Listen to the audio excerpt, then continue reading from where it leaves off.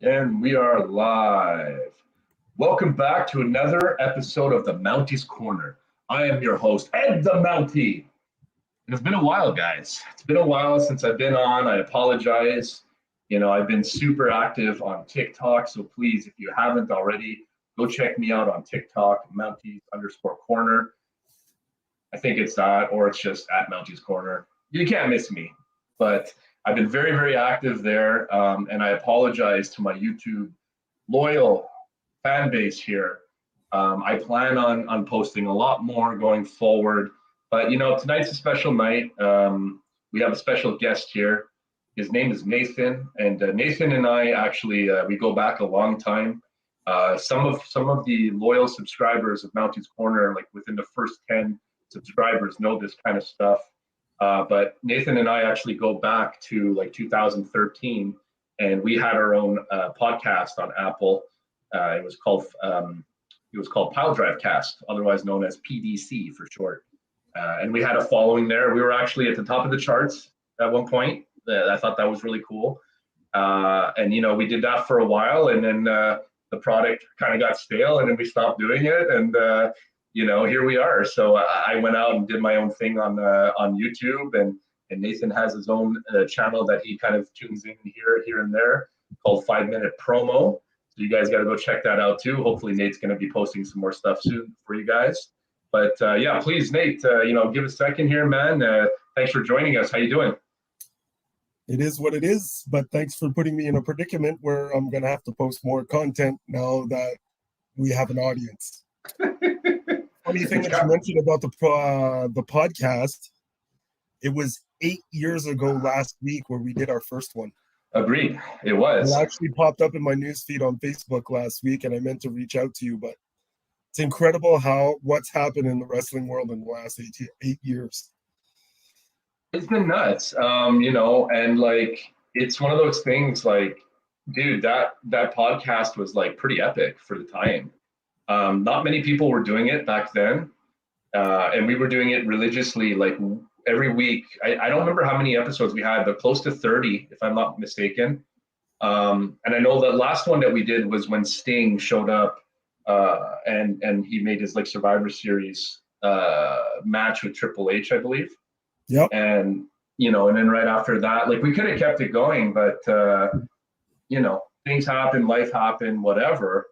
But Nate and I have always kind of kept in touch, and actually, you guys have probably seen him on this channel like multiple times from our skit with Velveteen Dream. He was the guy that was my special guest there, and that was a lot of fun at the time. And he's actually come on a few times to do this podcast. Last one we did was, I think, 2 years ago for WrestleMania, if I'm not mistaken. Or was it last? It was 2 years ago, 31. It was. I want to say we did it for 34. I think. Is this one coming up as what, 36? I think, right? The pandemic, I've lost track, to be perfect. I know, right? Yeah. No, the one coming up is actually 38. Excuse me. But we did it for. I know, right? But I lost counts because they stopped putting the number in it. So I like, oh, which one is it? But I don't know why they do that, by the way. But either way, it's like one of those things where They should just put like "Big Time" as the song every year and really screw us over. Exactly. It's not a bad idea. I've always liked that theme. You? There was two good themes that year. Two good themes. Yeah. Can you name the other one? It was the one that was used in the Rey Mysterio, Kurt Angle, and Randy Orton triple threat match. It was the song used in that promo. That was the alternate theme, or the second theme. They always have two or whatever. I also enjoyed Drowning Pool and Saliva from WrestleMania 18. Absolutely. But yeah, so the other song was by Shinedown called "I Dare You." Yes, sir. To this, yeah.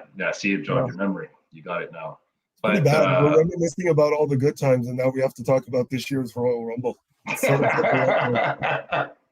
So we have a couple of people in the chat. So as we kind of can, talk about the match card, as we discuss this Royal Rumble and how they're going to let us down. Just joking. But am I joking? I always say that every year.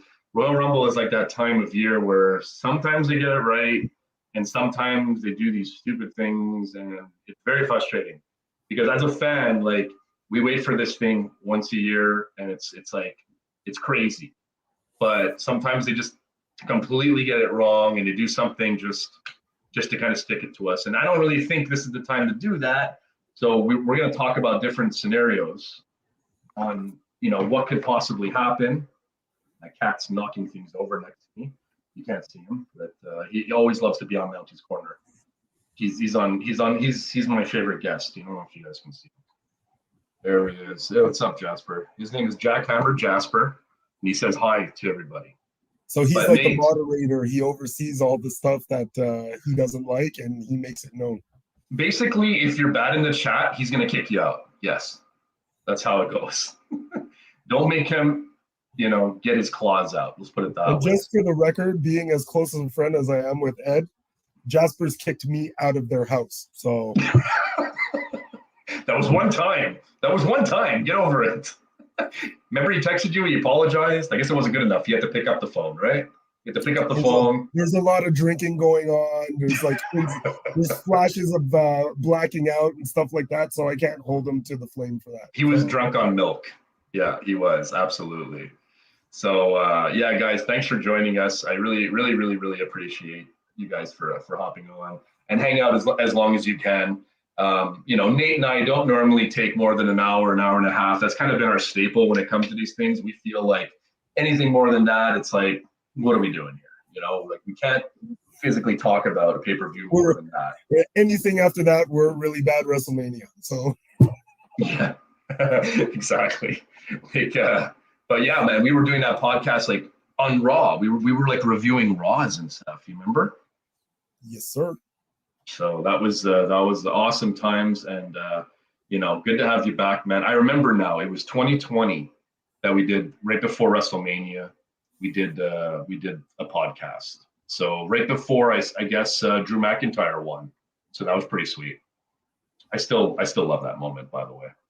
And I thought that was a pretty good WrestleMania considering, it was COVID, and they were the only sports thing happening. So, like, at least in my mind, I know it was about money, and at the end of the day, like, it wasn't just about me, but I appreciated that WrestleMania for that time because COVID was like new and everybody was kind of scared and everybody didn't know what was going to happen with the world, and having the wrestling on helped me. But for them to go live without a net 2 weeks after the pandemic hit the ground, they did a marvelous job in terms of production, presentation.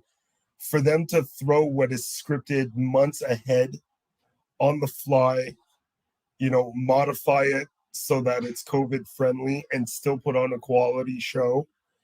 It wasn't their best WrestleMania, but considering what they had to deal with, it was pretty damn good.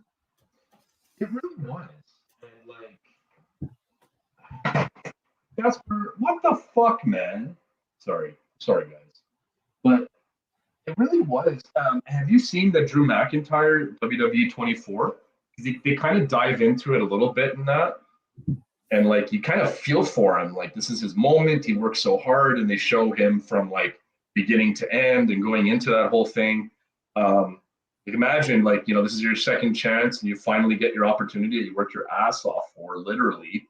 And, like, and you get that. Like, but this guy had the mentality, and I really, really admire his mentality.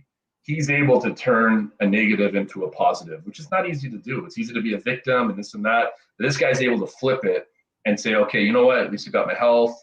We understand what's going on. At least the company has faith in me to carry the torch forward during this unpredictable time. I mean, that's a boatload of confidence in an employee, in a worker, to do that. And he was smart enough to see it that way. And I like to think of myself very similar when it comes to, like, rough patches or speed bumps and stuff like that. Like, you just have to look on the bright side, guys. That's my advice to you in just real life, But, like, that one really, like, I really enjoyed that WrestleMania, like you said, because of that reason, and the fact that he beat Goldberg. Was it Goldberg? No, Lesnar. He beat Lesnar. Was even sweeter because I wasn't sure how that one was going to go. But the momentum he had at the Royal Rumble, which is what we're going to talk about tonight, was just so big that you just couldn't not give it to him at that point.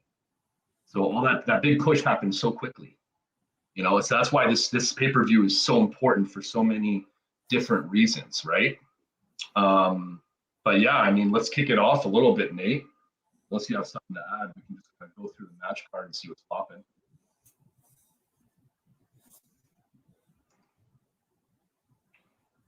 So I'm looking at this chat, and Lauren could easily do our layout for content. So much stuff here. Like, thanks for joining us, Lauren. Nice to meet you as well. Yeah, well, she said that she wants to be on the podcast, so we're gonna have to bring her in next time, man. It's she's a really nice girl, and she knows her wrestling, and she's been to some events lately. And well, it'd be good to get her on the podcast. That would make one of us. Right? Exactly. So I'm not gonna say anything. So let's go down the card a little bit and see what's going on. Look, I mean, you take out the two Royal Rumble matches, guys. You got about 4 matches here, which is fine. You don't want to like bog down the actual event because let's face it, the main events. I can say that now. There's 2 of them. Is the Royal Rumble, right? So let's discuss first and foremost Roman Reigns versus Seth freaking Rollins. What's your pick, Nate? What do you like about this match? We'll be fully transparent. We don't tune in every single week to Raw and SmackDown. It's tough, but we have a grasp on what's going on and where we think that the company should go. So go ahead, Nate. What do you got? As old and tired as the whole Roman thing is, it's really good. And I feel that if they go in a direction of Seth Rollins this close to WrestleMania, that they're 180ing it and going it in the wrong direction. Like the momentum is like Cena like, Rock like, Hogan like with Roman Reigns right now. And what was it that Jericho said? When you have lightning in a bottle, you ride it until something like that. I forget what the saying was, but right. It's lightning in a bottle and you got to ride it out as long as you can. Like it's money hand over fist. It's ratings as good as it gets for the people that are still interested in the product.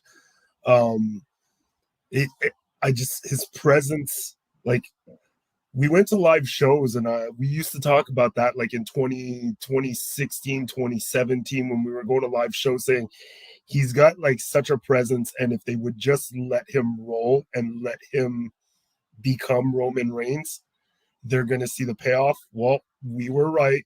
Everyone else was wrong. We are absolutely perfect.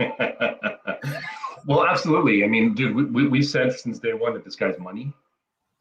We said that he was going to be the one that breaks out of the pack. The cool thing is, though, it's like I'm really happy that the other 2 have also made a massive name for themselves. Massive. Moxley is doing his thing, and congratulations for him for coming clean and getting his life together. That's awesome. I 100% support that. Yeah, can we tell that to Bully Ray? And that's what I was going to say. Regardless of what Bully Ray says, I mean, look, I want to talk about that for a quick second, actually. Yes, yes. Can we do that? Can we talk about that?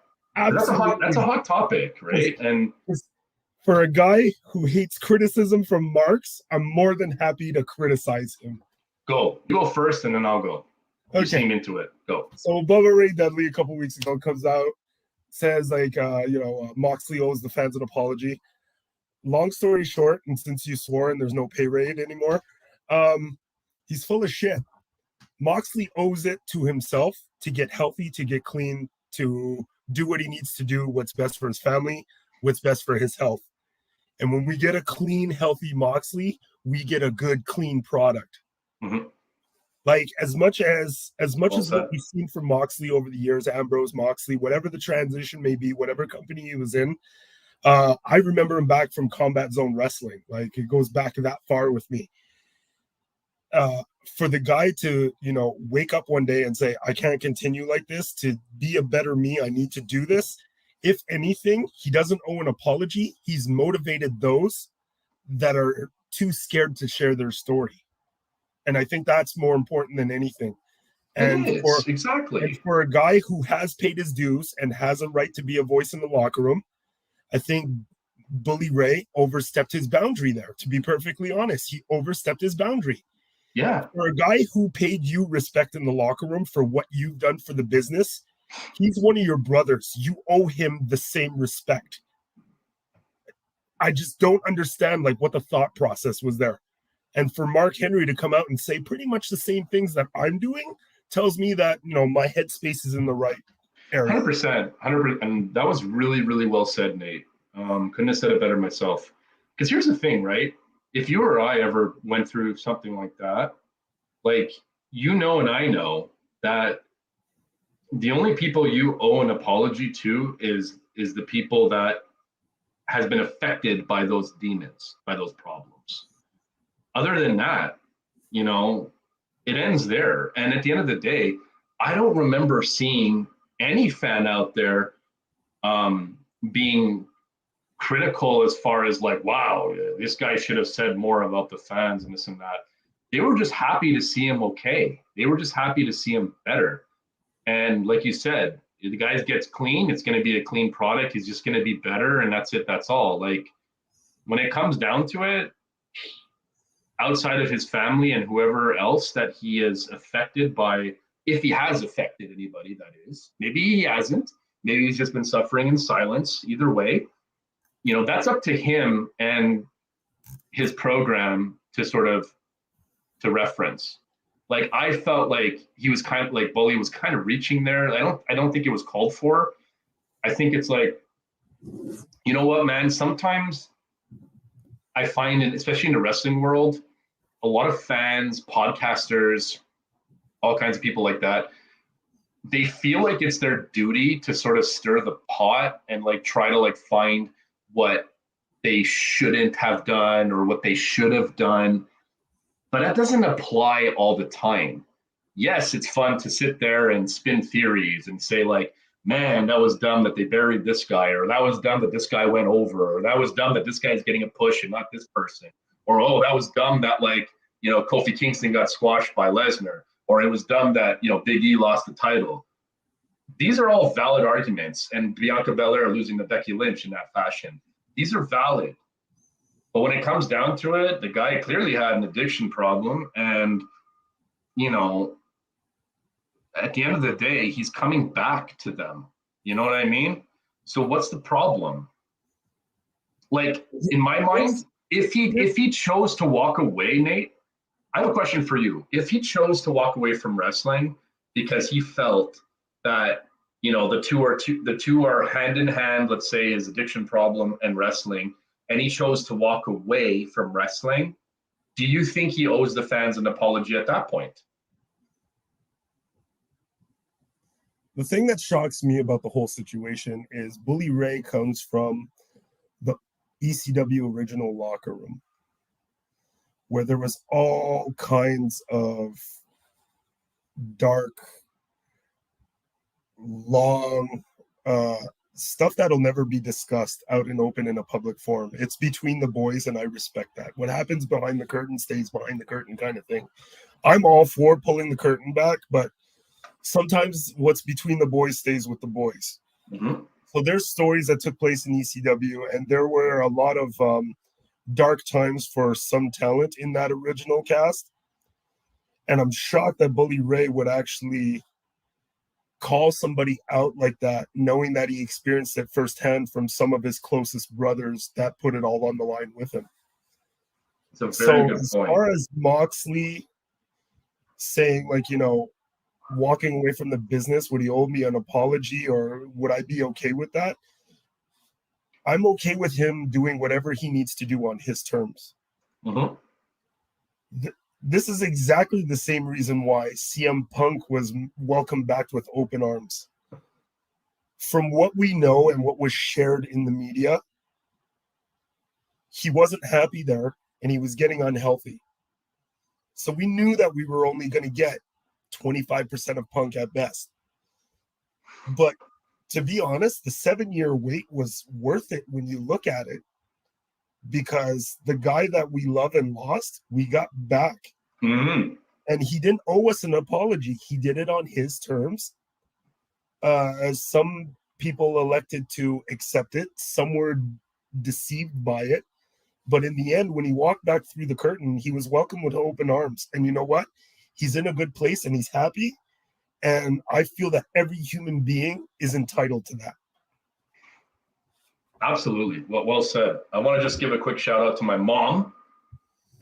She's in the chat. She's saying hello to Nathan, as you can see on the screen right now. Nate, she particularly said hi to you. Mama Mount, good evening. She was like, what did she write? She wrote like brothers from another mother or something like that. Brothers from another mother. Mom, thanks for tuning in. That's awesome. I think this is the first time she's been in the live stream.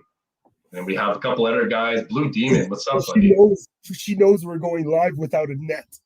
That's right. She knows. She knows this is on the fly. That's some of our best work to date. Funny enough, though, that's when we were doing podcasts. Was right after CM Punk left, I think, right? So it's only fitting. We started just before, and we actually did a whole podcast on him leaving. Exactly. So Blue Demon, what's up, brother? Long time, man. Hope you're doing good. Hope you're enjoying that T-shirt that you won. Yes, exactly. He actually won. He won a T-shirt in the Mountie raffle not too long ago, maybe a year ago. But I have another one coming up soon, guys. So just hang out. Narcolepsy Boy, my boy Malik. I do a lot of work with this guy lately. We're actually working on trying to do a podcast very soon, and he's appreciating the Mountie mullet. So I appreciate you for that. I think. I'm not sure what these emojis mean, but maybe he's not supporting it. Don't worry, man. Don't worry. If we go to WrestleMania, I'm still gonna do Vince McMahon with the do-rag. I got you, brother. I got you. Man. I'm gonna totally do that.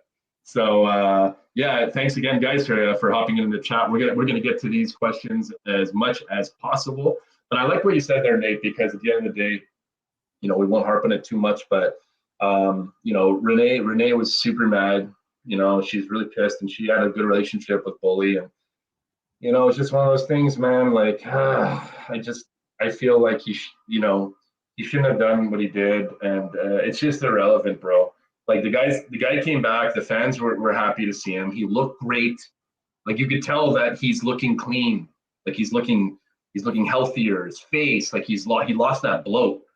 So clearly there were some problems there, and he seems to get it fixed. So for one, I love it. So going back to Shield, Roman Reigns, and everything else, Seth Rollins is obviously doing his thing, and we're seeing this. Like these two guys out of the Shield. We knew that these guys were going to be a big deal. I love Seth Rollins' new gimmick. I love the drip god. I love he's just, you know what, man? Call me crazy. I feel like every gimmick that he's doing, he's killing. Kind of like Jericho does. Every Jericho gimmick that he has, he just destroys it. And I feel like Seth Rollins could be in the conversation of doing the exact same thing. What do you think about that? We're gonna have to add 20 years to Seth Rollins' career to put him in that conversation, but he ain't going anywhere. You know what? Seth Rollins is what I would like to call one of the solid guys in the business. You know what? Going back to his Ring of Honor days as Tyler Black and stuff like that, always a strong worker, always doing what's best for the brand, best for his brand. And you know what? Whether they ask him to go out there and act like a class clown or super serious or whatever, he just seems to put his heart into everything. And you can tell like this is a guy who loves the business regardless of the money. He put in the work, and now the paydays are coming, and I'm fine with that. And you know what? In what I would like to call a dim time in wrestling, it's nice to have a few shining lights to keep the boat afloat, kind of thing. Dude, and Seth Rollins, yeah, and Seth Rollins is actually one of the reasons why I still watch WWE. I mean, there's quite a few talents that I obviously love: Orton, Rollins, Drew McIntyre. Those are like my top 3 guys. But it's just nice to see that he just continues to evolve. It's not the same since Heidenreich isn't there anymore. Yeah, meet me in the bathroom, Nate. We'll see what happens.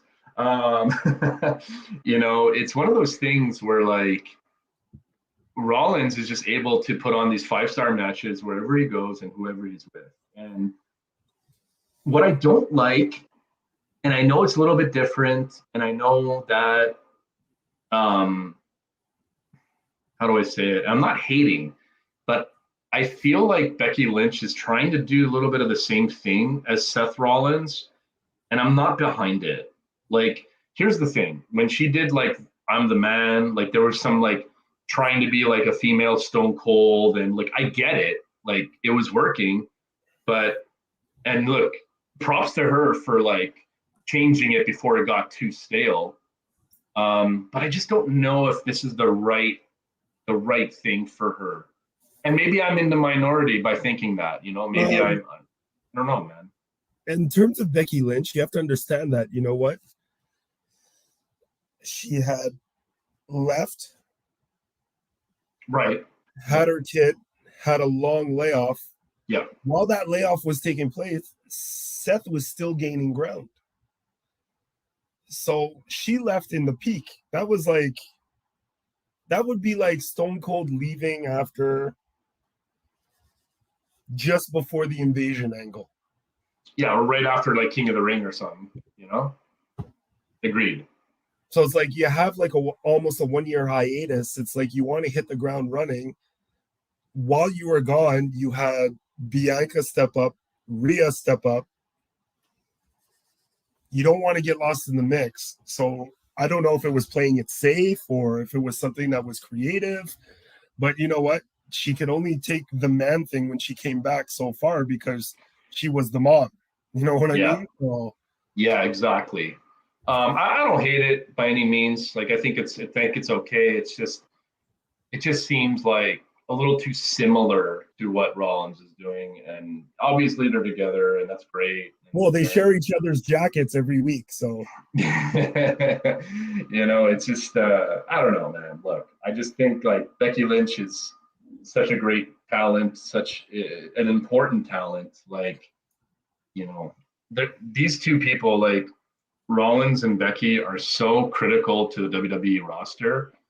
Like they're such a hot commodity, and any other wrestling promotion would love to have them. And quite frankly, I don't think they're going anywhere anytime soon or ever. I'll go out there on the air and say that right now. I don't think they're ever going to go anywhere else. But that being said, so you have Rollins against Reigns. It's going really well. So here's my question to you.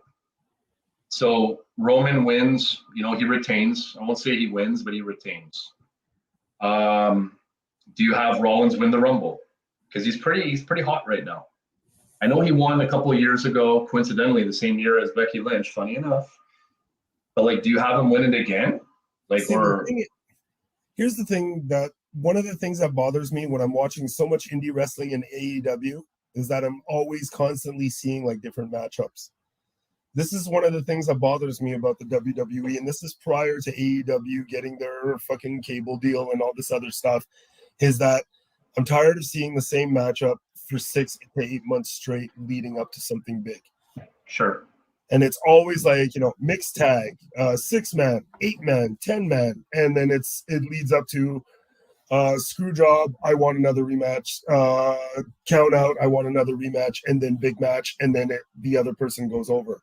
And that's their formula, and I get it. Yeah. But it's like, if this inevitably leads to Seth Rollins going into the Rumble and we're getting the same match in 2 months, I'm going to be a little bit disappointed in that, to be perfectly honest. Yeah. Because Seth Rollins is one of those talents right now, and by any means, I'll also agree, Roman Reigns, neither one of them right now need a title. The title for Roman represents the storyline that he's in. Yeah. If there's a change in the storyline, he really doesn't need it. I mean, when you just look at the longevity of the reign, we sort of get lost in the idea that he's still the champion. Like the title is second to the character, which is exactly what you want if you're the talent, obviously. Yes, I can understand that, because it's one of those things where with Roman that, like you said, the angle and the character and everything else, you almost would be like a little bit even more invested if you're not invested enough. You'd be even more invested with him not having it and seeing like, okay, when's this guy actually going to get it? Like if they would have drawn that out longer, it would have been really interesting from my perspective. Like Malik and I have talked about that before, where it's like he should lose the title and then take it as another layer to his character of where he's like, you know, sort of doubting himself, but not really. And, you know, doing that kind of rebuild. The long yeah. road back. Yeah. Like there's nothing wrong with that. And I think I would like to see that whole like Samoan family. Yes. Have him fall on hard times. Yes. Not like our little John Cena story that we talked about several years ago. The paper bag, the drunk angle with the beard. Yeah. Yes. Like the I would like to see still stand behind that, by the way. Off, lose confidence, you know, get rolled up by somebody who needs like a kick in the butt for their career. I don't care who it is. Awesome somebody theory. that you want to see pushed down the road. Have them do like a quick roll up 1, 2, 3. Yeah. Have that completely shatter Roman's confidence, and have the family gather around him and do a slow rebuild of Roman Reigns all the way back to the top. Yeah. But while you're doing that, expand the family. There's so much of the Samoan dynasty out there. You touch an important topic. Like I'd love to see like Rikishi like come in the locker room and have like a 2 segment where, you know, he slaps Roman and says, "This isn't the way that you were taught by us." Yeah.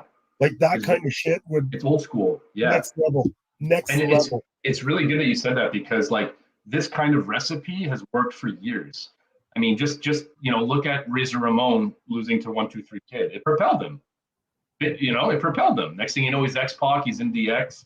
The rest is history. He's a Hall of Famer now, no matter how you look at it. 1, 2, 3 Kid is a Hall of Famer, and it started at the Road with Razor Ramon eating that pin. You can't disagree. And I agree. And you know, the funny part is, dude, it's like if you do that with Roman, he's not losing anything, because he's always going to be that guy. The same that like if McIntyre was to do it, McIntyre's still going to be that guy.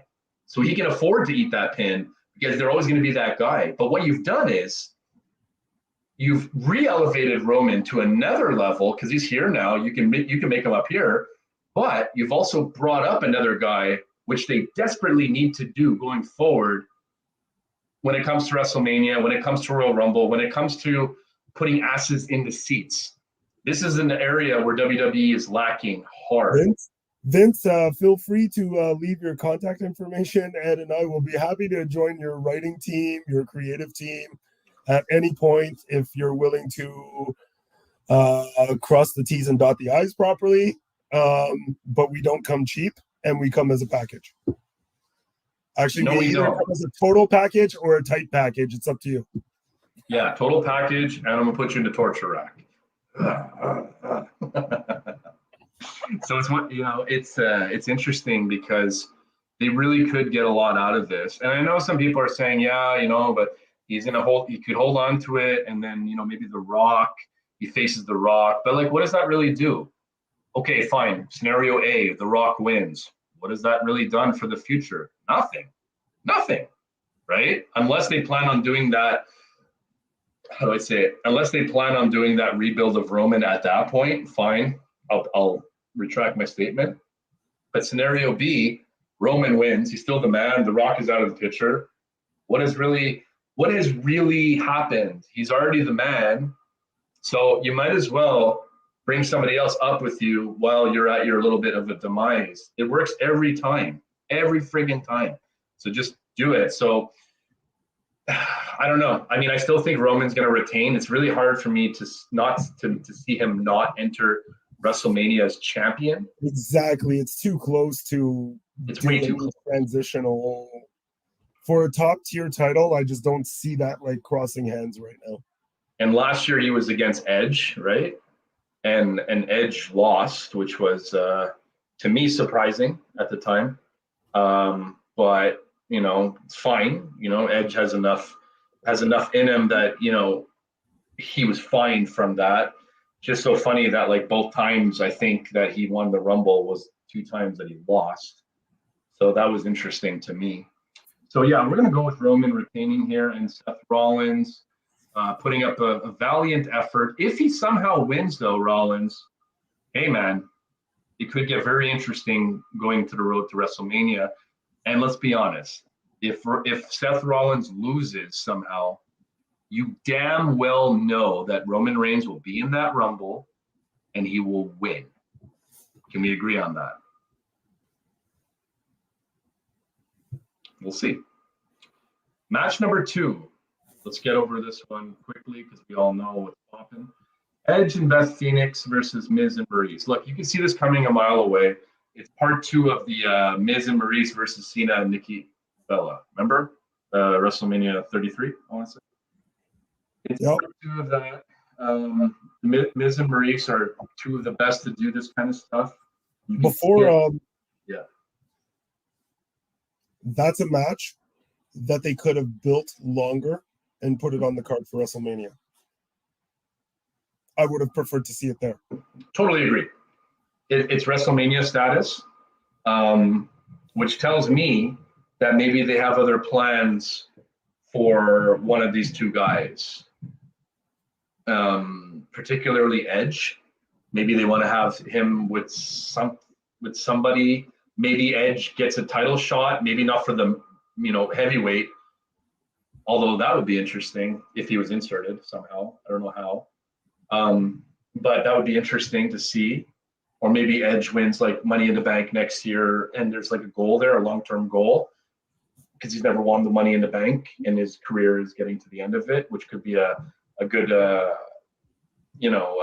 what's the word I'm looking for? A good pinnacle in his career, if you will. Something that he has never done.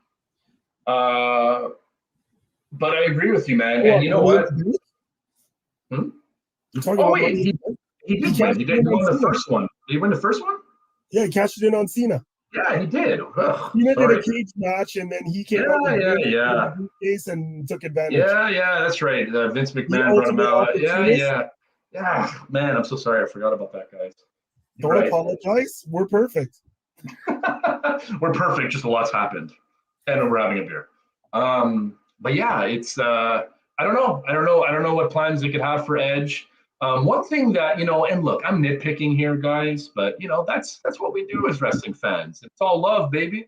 But at the end of the day, like, I know Beth Phoenix was on this podcast the other day and she was praising The Miz on like how awesome he is and how, like, pardon the pun, but how awesome he is and like, all the work he does. And like, look, nobody's denying the fact that The Miz is the man. And I'm not trying to say anything about Beth Phoenix because I really like her. But like, I'm very nitpicky when it comes to this stuff. It's like, couldn't this wait until after the feud? Like, seriously. Like, let's try to keep some aspect of realism when it comes to this. Okay. Am I going nuts here? Okay, like, am I asking too much? Defend the whole kayfabe thing, because you're a student of the game going back that far. When Renee calls, you take that podcast. I know. I get it, man. I get it.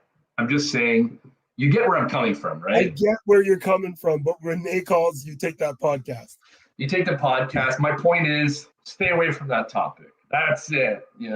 Like, I'm not saying stay in character for it, although that would have been interesting if there was some like real, like, some heat there, or some like if you do a work on the podcast, that could have been interesting. Kind of like what Ronda Rousey did before WrestleMania, saying like, "Oh, WWE's fake" and blah blah blah. Like, that actually propelled that women's WrestleMania moment, if you ask me.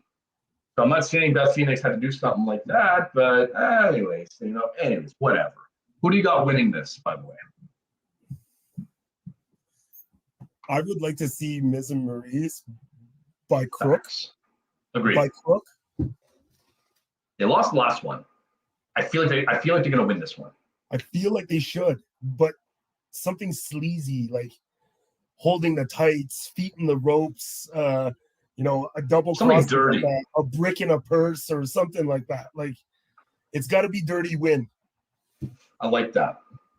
Blue Demon hit it on the head. Social media has destroyed kayfabe 100%. I've been saying that for years. Social media, huh? What's kayfabe? Exactly. And for those of you that don't know, Nathan is one of those very sarcastic guys where sometimes you don't know if he's joking or if he's being serious.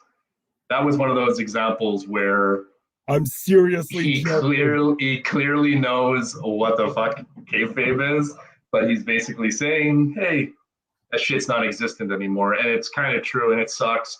And I don't mean this for me. I don't want that for me. Like, I know what it is. It's fine. But I'm just saying, for like that younger generation that is coming up that still actually like really follows it to a degree where they think it's relatively real, as far as storylines, like unscripted, and these guys really don't like each other and this and that. It must be confusing. It must be confusing to see like a photo of on Instagram after their match, with like, what the hell is her name? What's that NXT champion there? The one who looks like a bigger Sonya Deville. I'm trying to remember her name right now. Dude, you know what I'm talking about. She's like pretty jacked and stuff. Like, she was like champion at NXT for a long time. Not a long time. I think she just lost to Mandy Rose. I don't remember what her name is right now. But it's like immediately after her match in NXT, she goes and like posts a photo of her hugging like her opponents, and it's like, okay, and he posted and whatever, and like, yeah, I get it, but like those kind of things are supposed to be saved for like documentaries, man. So exactly, you know what I mean? Like, we're either gonna get it on a cheap 2-cent photo on Twitter, because we know we're gonna get it in 3.5 months on the WWE network when they do the Gonzalez fucking 24. That's it, Rachel Gonzalez, right? But like, that's fine, because at least there's a little bit of an element that you can show your kid or you don't show your kid. There's a little bit of control there, but like, there's not a lot of a WWE network segment where kids need to leave the room. I love that. Right? It's like, no, you're done. Oh, you're done. No, you can't watch this. It's Coco. No matter Beware. what. He has a bird. And you have, like, instead of like a PG like logo or a rated R, you have like a KB or a KF. I mean, kayfabe. you cannot enter because it's kayfabe. It's kayfabe broken. That's it. Anyways, look, I'm just talking for myself as a wrestling fan. I found out when I was about 8 years old that it was scripted, and it broke my heart a little bit. So let the kids have fun with it. 8. What the fuck you mean it's scripted? You mean those fights aren't real? Brett screwed Brett. Remember that. Oh, we got some guys in the house. Conrad Cushman, one of the 6-pack. Revenge. Oh, you're talking because I was talking smack about you and Hubbard doing your podcast tonight, going head to head. What is this fucking, you know what I'm saying? The Friday night wars between Hubbard and Mountie here? What's going on here? You know what I mean? You're going down, Hubbard. You're going down. But anyways, all love here. Oh, wow. Look, he's going to throw me over the top rope. Conrad, he means business, man. He had 2 slices of pizza. He's feeling adventurous. It's funny, though, because I see in the comment section, he writes, I'm here to throw you over the top rope. I've seen you in the ring, and all I picture is you doing that Shawn Michaels dangle with 1 foot touching the floor. You seen Conrad in the ring? No, I've seen you in the ring. Oh, you've seen me in the ring? Yeah. Exactly. Oh, yeah, exactly. So saying, Conrad... He's going to throw you over the top rope. You're just going to grab the top rope and do the Shawn Michaels dangle, flip yourself back over, and then push him over. 100%. Bang. My man, 6-pack. Yeah, I was in the ring. I was, and I loved it, and I can't wait to get back. And hopefully, Nate, you got to do that too soon, no, brother? You haven't done it yet. Yeah, it's something that I'm going to have to look into that. I've already given you 2 action items to do tonight. Make more content. Get in the ring. And when you do get in the ring, let me know, because I want to get in the ring with you. Come on, Nate versus Mountie. We film it. It'll be the first time in pro wrestling history where I'm going to get pinned with a collar and elbow. Has two podcasters ever faced off in a ring? That could be a viral video. Think about that. It's interesting. It's like, okay, we locked up. Okay, guys, you're up against the rope. 1, 2, 3. You break. We both roll out of the ring. Go check the chat. Roll back in. Aaron Jolly, what's up, brother? Thanks for tuning in, man. Look at this. What a compliment. Whoa, this is better than CM Punk's return. Nate, how good does that make you feel, that comment right there? That's a statement, dude. That's a statement and a half, bro. When we get together and do these things and I read comments like that, it's an honor and a privilege that people are actually tuning in and actually want to hear a complete stranger's perspective and actually, are enthused enough to stick around. Because after 8 o'clock, it gets a little blue. No, I'm kidding. Absolutely. Yeah. It's a Mountie after dark. That's it. Sports Talk Network. How you doing, Steve? Thanks for joining us, buddy. Hope you're doing well as well. God bless you as well, my friend. I hope everything's going well. So okay, look, we've covered 2 matches essentially. We talked a little bit about Becky and her new gimmick and this and that. So she's against Dewdrop.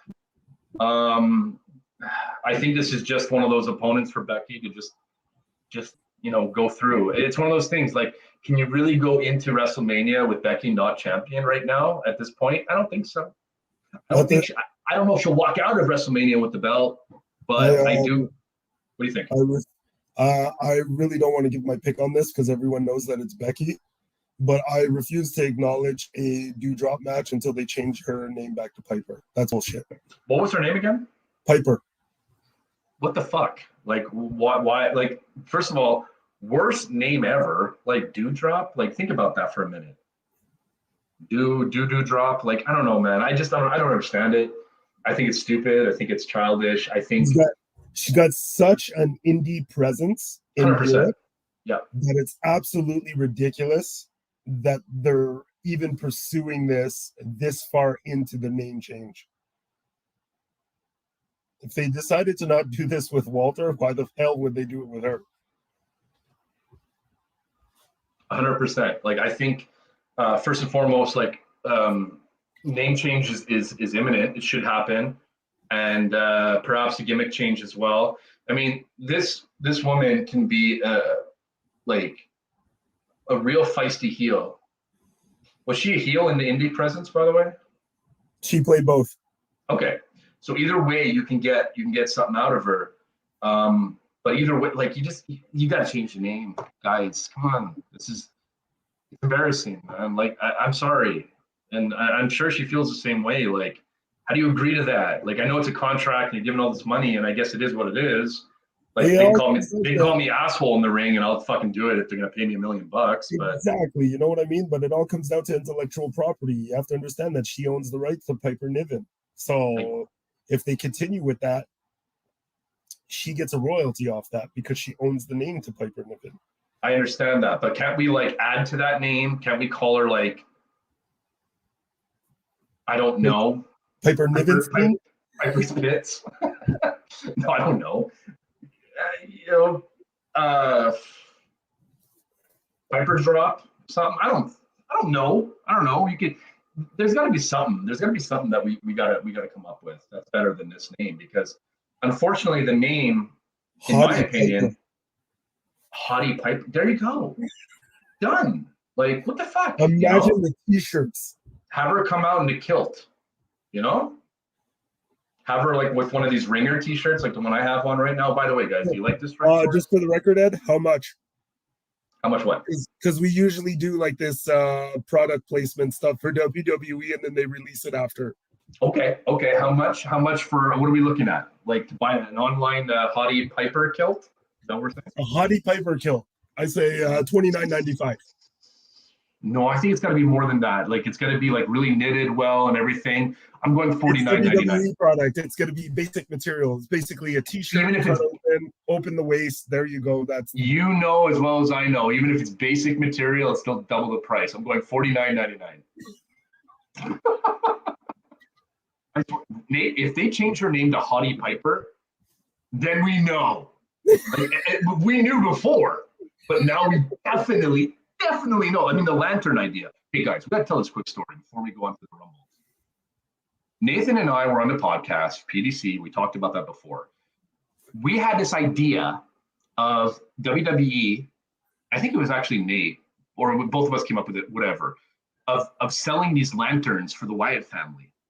And we're like, yeah, like charge, what did we say? Like $9.99 each or something like that? something like that, yeah. We said like charge $9.99 each, have a light in it, and have the fans hold it in the arena. Sure enough, what, a week later, 2 weeks later, tops, we go on WWE shop, we send it to each other. You're like, you gotta be kidding me. It's the exact same price and it's the exact same item. Come on, you know? Craziness, absolute ludicrous. I don't understand. I've been waiting at the mailbox for that check, by the way. Have you got yours? Because I didn't get mine. No. Look at my hair. Does it look like I got any money? I thought you shelled it all out on that hair. That's $1 million. Thank you, man. That's $1 million. Are you a fan of it? You're a fan of the mounting mullet? It's very old school wrestling style. It's hit or miss. Unfortunately, my wife does not like it. You need a dangly earring when you do these, though. Funny you say that. My buddy Cohen, shout out to Cohen. He wants to get me one of those, like, you know, Shawn Michaels, Barry Bonds, like cross dangly earrings. Yes. And I'm like, yes. I'm like, fuck, man. I said, dude, if you get me one, I will wear it. He hasn't done it yet, but he's a man of his word. I'm sure he's gonna come through for me. All right, so check this out. So look, Becky Lynch retains, nice. And then finally, before we get into the Rumbles, Brock Lesnar versus Bobby Lashley. Who do you got and why? Do you like Lesnar's new gimmick, by the way? I love it. I think it's great. I think it's great. I like it because it's not the stale Brock Lesnar. It's not the stale Brock Lesnar we were getting for the last few years. You know as well as anyone who talks to me about wrestling how I get irate when he walks through the door and they give him the fucking title right away. This time, not angry whatsoever. I don't know why, but I'm at peace with it. And the fact that they finally did this Bobby Lashley thing, loving it. Loving it. Not following it with my heart's desire, but I'm loving it. It's funny because this feud, if this feud happens like a decade ago, we're all over it. And it's happening now, and it's great because this is the first time ever that they squared off. Again, to your point, my friend, how you said that, you know, Miz and Maurice versus Edge and Beth Phoenix could be on the big stage. I kind of felt like this one could be on the big stage too, right? Absolutely. Like, this has the moniker for a big name matchup, big marquee. So it poses the question, is there going to be a finish where there's no winner and perhaps there's a rematch and we could do it there? Do you think that's something that we could see? This is one that I could actually enjoy having carried to WrestleMania. Agreed. So at the end of the day, with a special stipulation too. But here's the thing, and everybody's worried about this kind of. Well, I shouldn't say everybody. I'm worried about these kind of things. I feel like whoever's losing these matches is going to enter into Royal Rumble and win, and then blah blah blah blah blah. And I feel like that's just a waste. It's like these guys are already in the main event of Royal Rumble. We don't have to like have them win a stipulation match, especially as big as Royal Rumble, in order to get into the Royal Rumble. The Royal Rumble is one of those things like Money in the Bank, where it's supposed to propel a younger up-and-coming talent or somebody that really, you know, deserves it for one reason or another. So I don't want to see, like, if Lesnar loses for some reason, it would pain me to see Brock Lesnar win the Rumble. Like, I'm just like, it's just a wasted it's just a wasted opportunity. You know what I mean? You understand my point? Well, when we get into it, I don't have to worry about Brock Lesnar winning the Rumble. How so? Because he's not my pick. Good transition. Who is your pick? So we're talking men's. We're talking men's Rumble right now. We're gonna head into it. Nice. Yeah, we can go right into it. Let's go right into it, and we'll finish on the women's. Well, we always transition very well. Okay, I screwed this up. Can we start over? I'm sorry, we're live, pal. That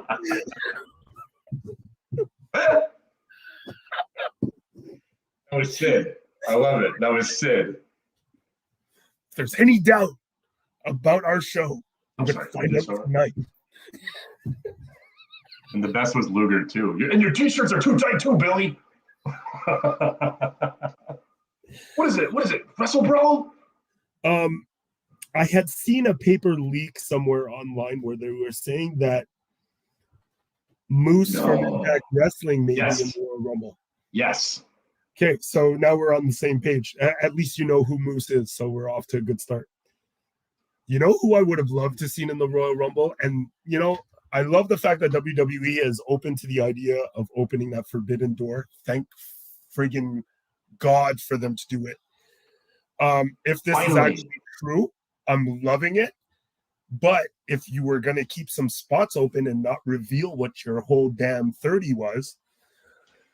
They have 7 open. 7. I'm telling you, for the love of me and everything that's good and pure in my insane dark heart, they should have booked Okada from Japan. The place would go livid.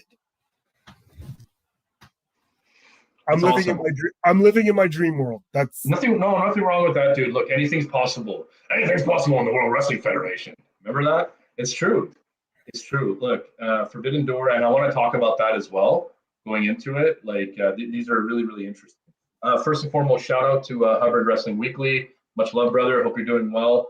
And you too, Conrad, and everything. Malik, all those boys, man. It's cool that you guys are like supporting this video. I really appreciate it. Thanks for coming out, guys. Appreciate it. Absolutely. It's always fun, man. Rumble time, dude. We got to find a way to all get on a podcast, man. Would you be down to show up one day? We do where we all do like a Zoom and take it like super serious and stuff. Yeah, massively serious. And we do a wrestling Jeopardy. So we have different categories and stuff. It's very hard. Very hard game. If the idea comes to fruition, I would have to do shirt and tie and probably headset to look like a commentator on an actual sitcom, an actual show. When you said shirt and tie, I thought you were going for right to censor, but you let me down. You know, I do have a right to censor shirt, right? I know you do. Okay. And let me ask you, when you wear it, do you play the song like for 2 hours straight? I've been punched several times. We got to do, okay, I'm going to talk to Malik after this. We're going to do a Jeopardy, celebrity Jeopardy. Pretty much, right? We're going to do a wrestling Jeopardy, you, me, we get Lauren, we're going to get somebody else, we're going to get a couple other people, and we're going to do it, man. We're going to have a good time. I'm going to talk to Malik about it, guys. Don't worry about it. It'll happen. So yeah, look, Forbidden Door is interesting. I have a couple of picks. I don't know if you saw my TikTok or not, and if you didn't, and if you did, I mean, maybe some of my subscribers didn't. I have 5 picks, and they're kind of out there, but at the same time, you know, here's the deal: you have 6 people that we don't know who. Like, I want to talk about some people potentially returning, and I want to talk about some of these first-time debuts, whether they're going to stand on the roster or not, who knows? But the fact that they're in the Rumble is a huge deal. That just starts stuff, and then hopefully we can get to, you know, federation versus federation. I still call it federation. Promotion versus promotion, folks. But you know what I mean, right? So, you know, as a kid, I always wanted to see like WCW versus WWF. Who did it? Tell me you didn't want to see that growing up. Tell me you didn't want to see like Hulk Hogan versus Sting or something like that, like back in the day. You know what I mean? Like, or Bret Hart versus Sting or something like that. Like, you know, you wanted to see that, right? And the closest thing we ever got was like One Night Stand, right? Are you talking like a title versus title, like a champ? Not on the line, but like champion versus champion. Yeah, like different promotions. You're gonna walk through the door and main event with the main eventer of that respective promotion, company, federation, covered them all. You definitely did. It doesn't have to be title for title, but should be the representative of their competition versus their representative. Yeah. And if they're true to their craft, I don't give a shit who wins as long as they give us a good match.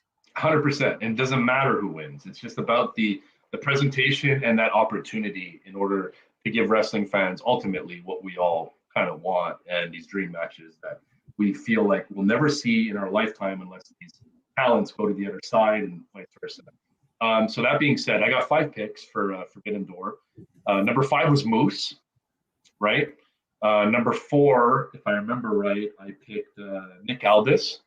So Mickey James's husband. I thought that was a good pick. Number 3, I got Chris Masters. Chris Masters is doing great things, NWA Power and everything else. I think that would be an amazing return, but also a great addition at some point. And he's looking fantastic. He's doing some of his best work, and I've always been a Chris Masters fan. So wonderful. Number 2, I have Big Cass, or he goes by Cass XL right now. But W. Morrissey. Hell yeah, man, dude! Wouldn't you be down if he came out? Like, he can even use Enzo's music. Like, the pop would be insane. It doesn't matter who it is, if it's Enzo or Big Cass, or both of them. That'd be sick too. One after the other. Literally one after the other would be sick. Like, Enzo comes out, because let's face it, we got to start with Enzo, and then the next one, the same theme and everything, and then the Taz comes out, and then they have this moment in the ring. That I have goosebumps just thinking about that. These guys have unfinished business in WWE. If you ask me, they want to work still together. They've always worked together. Big Cass is, again, like Ambrose, has fixed his life. He's sober. He's doing his thing. He looks fantastic. He's jacked. He's huge.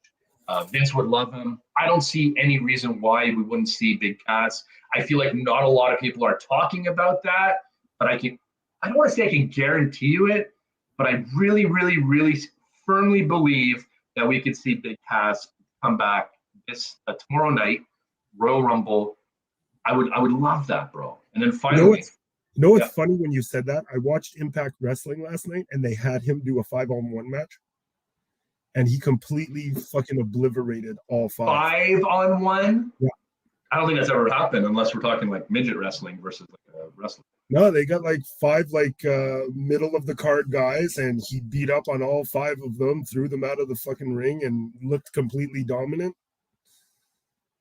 There might be some merit to what you say. Yeah.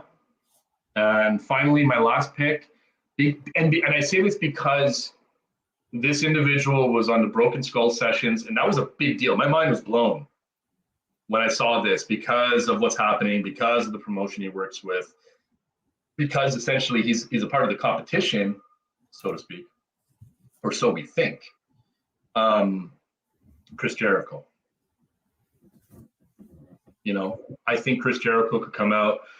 And here's the deal. As much as Vince wants him to come out, if he does come out, to, break the walls down, we all know that's great idea, fine, it is what it is. But Judas and WWE, yes, absolutely sick. Insane, right? Insane. No, it's funny that you tap to the other side, because another person I would like to see there in midst of all the controversy, Cody Rhodes. Because he's been making a lot of buzz that he's working without a contract. Yeah. And it would make us think, oh shit, did the executive vice president of AEW Wrestling sign a contract with WWE for going all of his responsibilities with the other company? This is good TV, right? This would be as good TV as we saw since like Shane took over WCW. You know it, and I know it. Ever since those AAA luchadors showed up at WrestleMania 14. Exactly. So I don't know. I mean, I think that there's a lot of opportunity here. I have no idea which way they're going to go. For all I know, the extra surprise entrance, they normally let me down, unfortunately. The ones I would be happy with returning, I would love to see Jason Jordan come back. Like, especially if they kept it under wraps and everything. I really like Jason Jordan, man. I really like. The possibilities are endless and the list is so long. It's very long. Who do you have, though? I have Jason Jordan coming back. For your winner, though? But who do you have to win the whole thing? If you really want my honest answer, to win the whole thing right now, I got to go with Big E. You know, he lost the title. We are worlds apart in our pick. Right now, I mean, looking at the list right now, unless we're talking about a special like entrance, I'm looking at this list right now. Okay, Angelo Dawkins, no. Montez Ford, no. I mean, that would be interesting, but no. I'm not saying he doesn't deserve it, but I just don't know if that would happen. It's very random. They're still a tag team, whatever. Rey Mysterio, no. Dominic Mysterio, no. Austin Theory is a wild card here. Coming, bro. Dominic is up and coming. But you know who else is up and coming is my next pick, Austin Theory. He had a big presence at Survivor Series, right? He was one of the sole survivors, I think, or he was the last one to be eliminated. I don't really remember. I feel like he won. The problem is you mentioned Austin Theory, and immediately what comes to mind is, am I doing a good job, Vince? A little bit, right? But how many guys actually have screen time with the boss? You know, he had on-screen time Raw with Vince McMahon. I'm not so sure I would want screen time with the boss in this current product. It's a good point, but it's a lot of pressure, no doubt. Johnny Knoxville, I understand why they're doing it, but you know, it's a wasted pick. Let's be honest. Sheamus, I don't think so. Although that would be a curveball for sure, because you know Sheamus is, you know, he's due for something at some point. You know, he's been paying his dues and whatnot. I just don't see him highlighting WrestleMania just yet. I feel like he has to get more momentum going into it. Damian Priest, I would say, okay, well, exactly. Then you have AJ Styles. This is an interesting pick. Yeah, see, that's an interesting pick. That's my pick. That's a good pick. Just when you look at the accolades and you look at all that he's done since he's been in WWE, that seems to fit right now more than ever for him to win the Royal Rumble this year. I mean, you're right. We talked about that with Edge, like with his monikers and stuff like that, which I had wrong, by the way. But the point stands. You know, AJ Styles never won a Royal Rumble. He's been in it a couple times. He debuted in 2016. Shit, man, didn't we watch that together? Did we watch that one together? Which one? 2000, when AJ debuted. No, I don't think so. Yes. Did we? We did, right? Yes, because we both marked out. We marked out like crazy. So, crazy shit. Yeah. Look, man, he's definitely in my top three. I got Big E. I got AJ. Who else we got? So we got Big E's the next one. We already talked about him. Happy Corbin, no. And neither is his guy, Madcap Moss, no. Sami Zayn, no. Kofi Kingston, I don't think so. Kevin Owens is, you know, a potential possibility. I mean, he just resigned a contract. Maybe there's some incentive there to like bring him back. Who knows? But again, like, you know, him and here's the deal. Him and Rollins being a tag team, we've seen this before, bro. 2 years ago, WrestleMania, the COVID WrestleMania, no fans. Like, they had their feud. So, like, I don't want to see that again. You know, I don't know why they're pairing them up. Clearly, they're probably going to split and have a feud. But it's like, we've seen this story before. No? We've seen it. And it was only 2 years ago. This is not something that you can, like, recycle, like, 7 years later. You can maybe get away with that. But 2 years later, my memory is not that good, but it's good enough to remember that. Kevin Owens, I always forget how to say it. Omos. I mean, you think Vince would go with Omos winning? No, I think he'd go with LA Knight before Omos. I love LA Knight. Randy Orton has already won, I think, 2 Royal Rumbles. I would say no. Matt Riddle over with the fans, not quite a heavyweight contender yet. That's building to Riddle versus Orton at WrestleMania. So I guess so, right? I don't know, man. I feel like there's still going to be a tag team at WrestleMania. I think that's going to be a burnout after WrestleMania. Like Monday, like Raw after WrestleMania, there's a turn. They lose the tag titles at Mania, Or and then they lose at Mania, and that's where one of them turns on the other. Bingo. That's what I think. I think you could still get that crowd reaction at WrestleMania, that awesome entrance, that crowd pop. I feel like you still need that at WrestleMania. It all depends if you're wearing new gear or not. And it's tricky though. Good point. And it's tricky though because like they are over, Nate. You can't deny that. Like fans like these guys, and I know Randy Orton loves Matt Riddle. He loves working with him. So to me, I feel like you're going to milk this cow longer than we think. I'm not saying like New Day like links. I'm not saying that, but I feel like they could be together for a while, even if they lose the titles. They could still be a cohesive unit. Maybe I'm crazy. I don't know. Who else we got in the Rumble that we know? We got Chad Gable and Otis, which, by the way, I wanted to get your pick on this. I mean, your take. I mean, I really like what they're doing. I really like the alpha beta, like educational, like college sort of boy, like we're smart and you're not sort of gimmick they have going on right now. I'm kind of feeling it. And like if Jason Jordan comes back, I would love to see Jason Jordan come back and be a part of that. Because Jason Jordan is not exactly a loved by fans necessarily. He was only really loved by fans when he was with Gable. But when he branched off and was a singles wrestler, people rejected him. So I think that he should be another, if he ever does come back, and hopefully he does, and hopefully he's healthy, that's amazing. If he comes back and he's a part of that, that would be a little cool unit, I feel like. Am I wrong there? I feel like Jordan would play the part really well. I'm trying to figure out why you want Jordan to come back. You didn't like him, huh? He had one of the nicest suplexes that I've seen in recent time. Okay. That's your opinion. It is what it is. I like Jason. That's what the best part about this is. Listen, no one's wrong with their opinion. It's just an opinion. It's just an opinion. It's wrestling. It's not that deep. Yeah. But here's the thing, though. You have to admit with me that American Alpha versus FTR, well, back then it was Revival. 2016 TakeOver was a fire kickoff curtain jerker tag team match to headline TakeOver right before WrestleMania.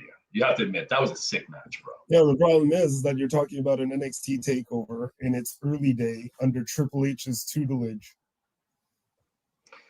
We're not going to get into the guys that have mastered their craft. I want to get into that after, actually. If you got a spot on a TakeOver back then, you were one of 5 matches, and everyone was trying to outdo each other, and all they did was lit the house on fire the entire night. Absolutely. Oh, look at this. Hubbard Wrestling Weekly wants to collaborate. That's what I'm talking about, man. Look at the love we got tonight. This has been a great night for that. That's for sure. Thanks, Sean. All the best, brother. Hope you're doing good.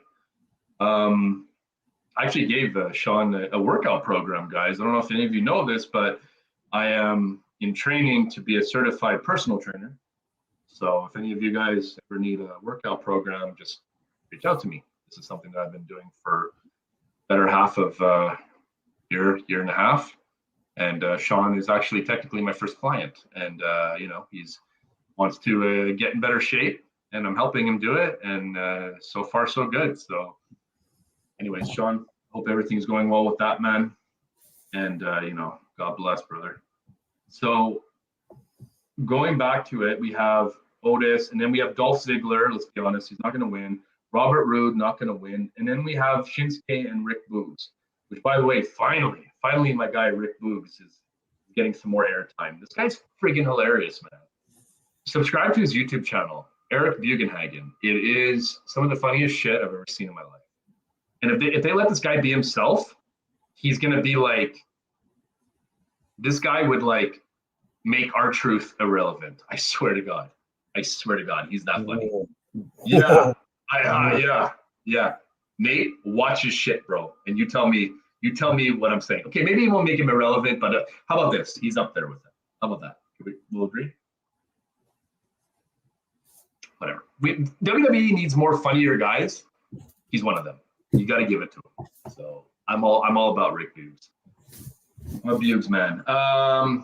So yeah, look, dude. I mean, hearing that list, bro. I mean, who do you got? Who's your top 3 to win? You said AJ Styles. You just got to stay with that, and that's it. That's all. Staying with it, AJ Styles. That's it. I've had my picks for 2 weeks now. That's a good pick, man. And like I said, he's in my top 3. I gotta The go thing KD. I like about it is no matter what direction they go in with the titles, no matter what brand it is, you could stick him, and it's a 4-star match minimum. 100%. And AJ Styles, has he won the big one at WrestleMania, or is he retained? I think he's gone into WrestleMania as champion, right?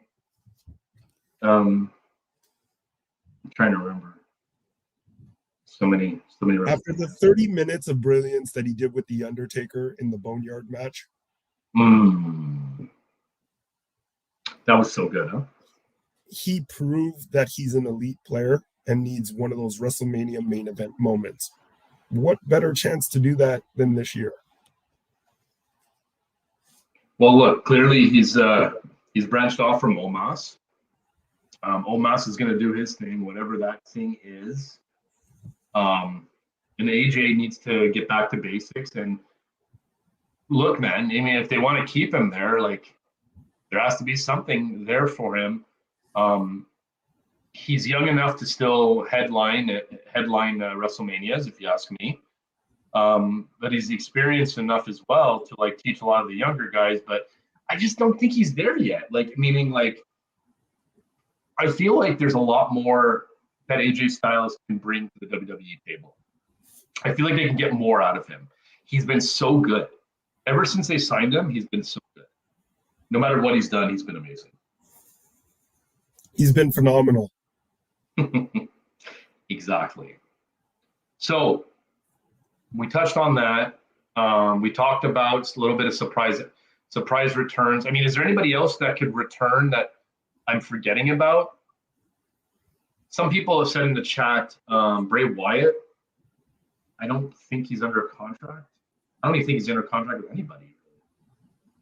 But that would be a fucking sick return, no doubt.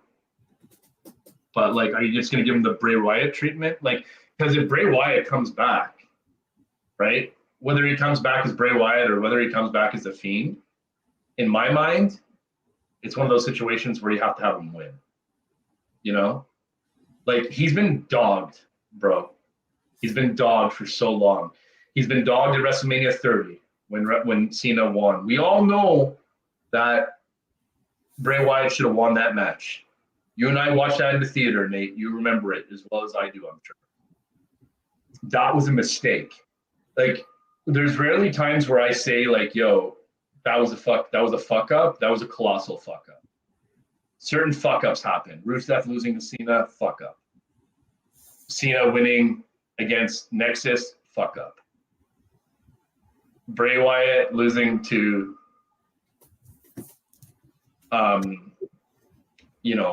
Randy Orton, like losing to Randy Orton, the way they did it and stuff, I was like, oh, okay, like, didn't understand that either.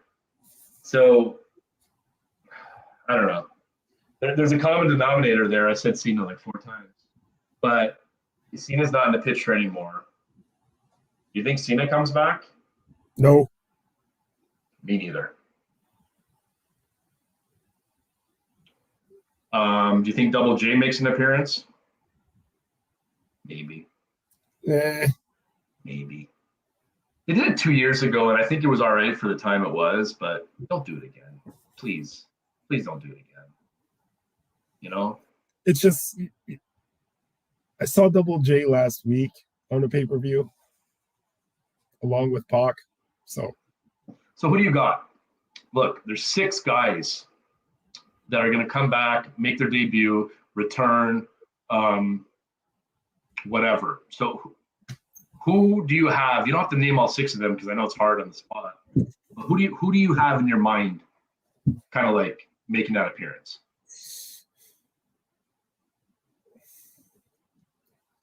It's weird because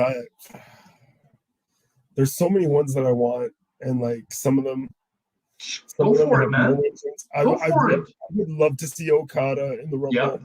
I would love to see Switchblade in the Rumble. Interesting. Moose is an interesting dynamic, throwing his name out there against Roman Reigns. That would be cool to see. Trying to think. I got to figure there's at least one guy in AEW. Imagine it was MJF though. Think about that. It's a tall shot. It's a tall order. I'll see it. Jericho, I would understand because he has the leverage with TK to just say, "Hey, I want to go and do the Rumble," and TK would respect that. At the same time, you know what would be cool is that if they went out of their way and got Moose, it'd be cool if they went and they got Hangman. Because then you'd have the AEW champion, the Impact champion in the Royal Rumble. I love that.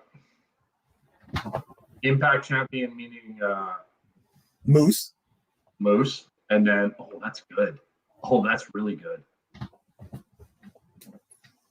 So do you think this is And then time... you send a message to the whole wrestling community that WWE is open to the forbidden door because it's all about doing business.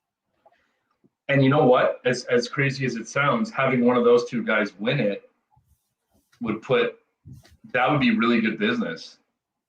As fucked up as it sounds, I know some people will think like, how can you let somebody else come in and like just win against your entire roster and you're destroying your whole roster? For me, it's great story. Okay. Well, you've solidified a guy from it's the company. Best of a promotion. It's not like it's a Joe Schmo coming in. But that's what I mean. You've had the guy come over, you've put him over in the Rumble, and you know that there's going to be no fucking title change. So you have him roll over for your top guy. Exactly. And it's win-win for both companies. 100%. 100%. You want to talk about money, man. Making money. This is how you make the money, man. You know? And even if the fans aren't behind it, I guarantee you they're going to tune in to see what happens. Because who doesn't want to see the best of this federation versus the best of this federation? Who doesn't want to see that? We all wanted to see that since we were young kids, Nate. We all wanted. We talked about that before, right? We all wanted to see like Vader versus King, stuff like that. You know what I mean? I've seen Will Ospreay versus Ricochet a handful of times in different indies. I would literally pay the money to see that match one night only at WrestleMania. They won't let it happen because it'll blow the rest of the card out of the water by a mile. What can I do? I'm for the fans, they're for WWE. It is what it is. Absolutely. So look, I mean, there's a lot of speculation. I just hope that they don't take the easy way out. You know, Lesnar losing his championship, winning the Rumble. It's so boring. It really would, in essence, water down your roster that needs help. They need help, guys. This is their biggest nightmare, and they keep going back to this.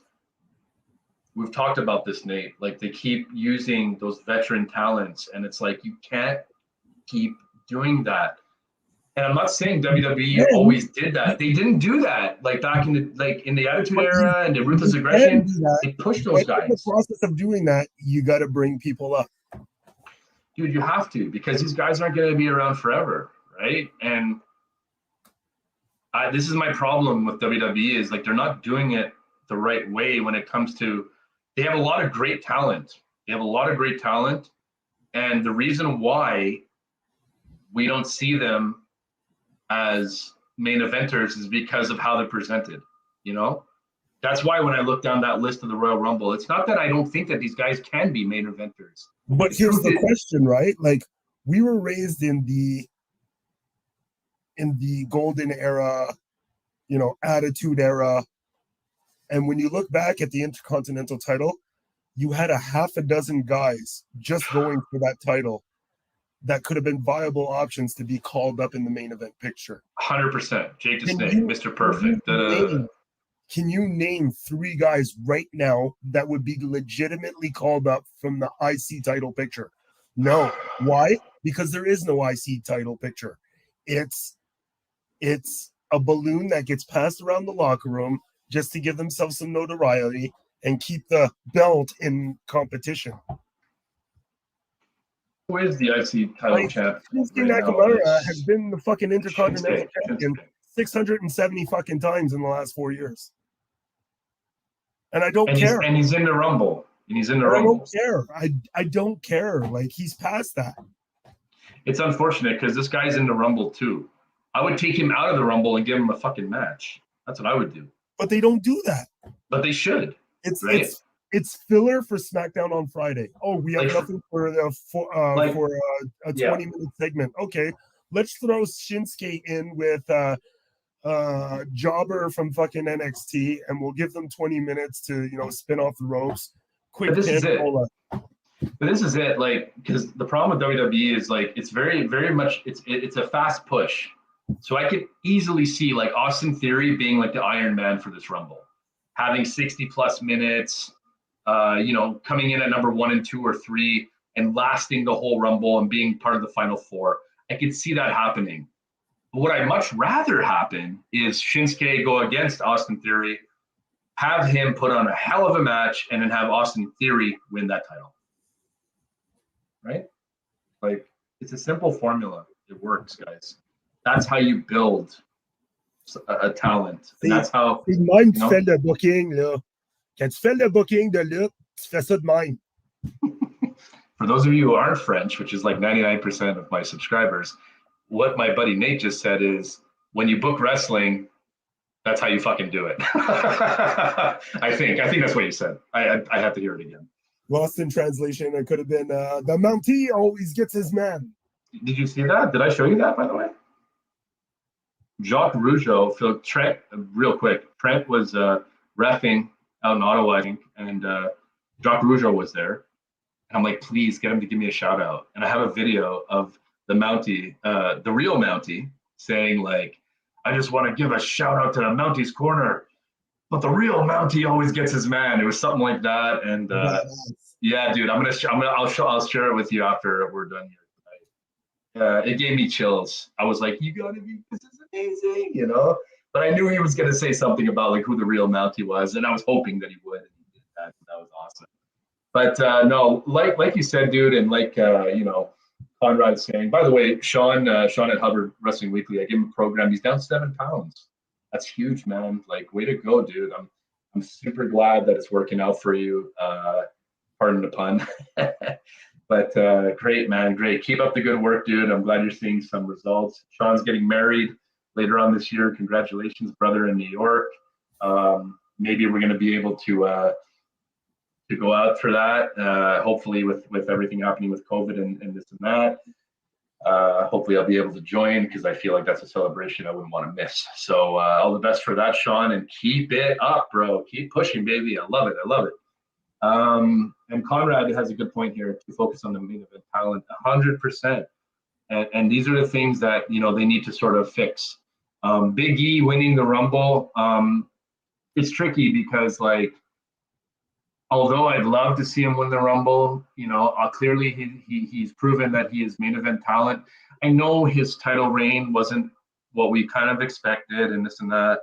But Big E has been a guy that I felt, at least, that he could be the man eventually one day. On his, And you know what would have worked? What's that? Turning New Day heel. Mm-hmm. That would have given him a hell of a run with that title. Well, now that he's lost the title, and if he loses the Royal Rumble, let's just say, you know what? Forget it. Let's say Big E doesn't win the Rumble. What I'd like to see is somehow Kofi is involved in Big E's elimination, and that's how you show the cracks. Similar to like that Bret Hart, Owen Hart, when he knocks him off the ropes, and Owen goes on the barricade, and he gets in the ring and gets rolled up there, and then Owen was pissed after the match. This would be like similar concept in the Rumble, where basically, Kofi does a mistake, but it causes Big E's elimination. So I almost want to scratch my my Royal Rumble prediction of him winning and saying, I would love to see that instead. Look, they've been split up for a long time. Xavier Woods is doing his thing with King Woods. I really like that, by the way. You go with that story, and in the process, Kofi wins the Royal Rumble.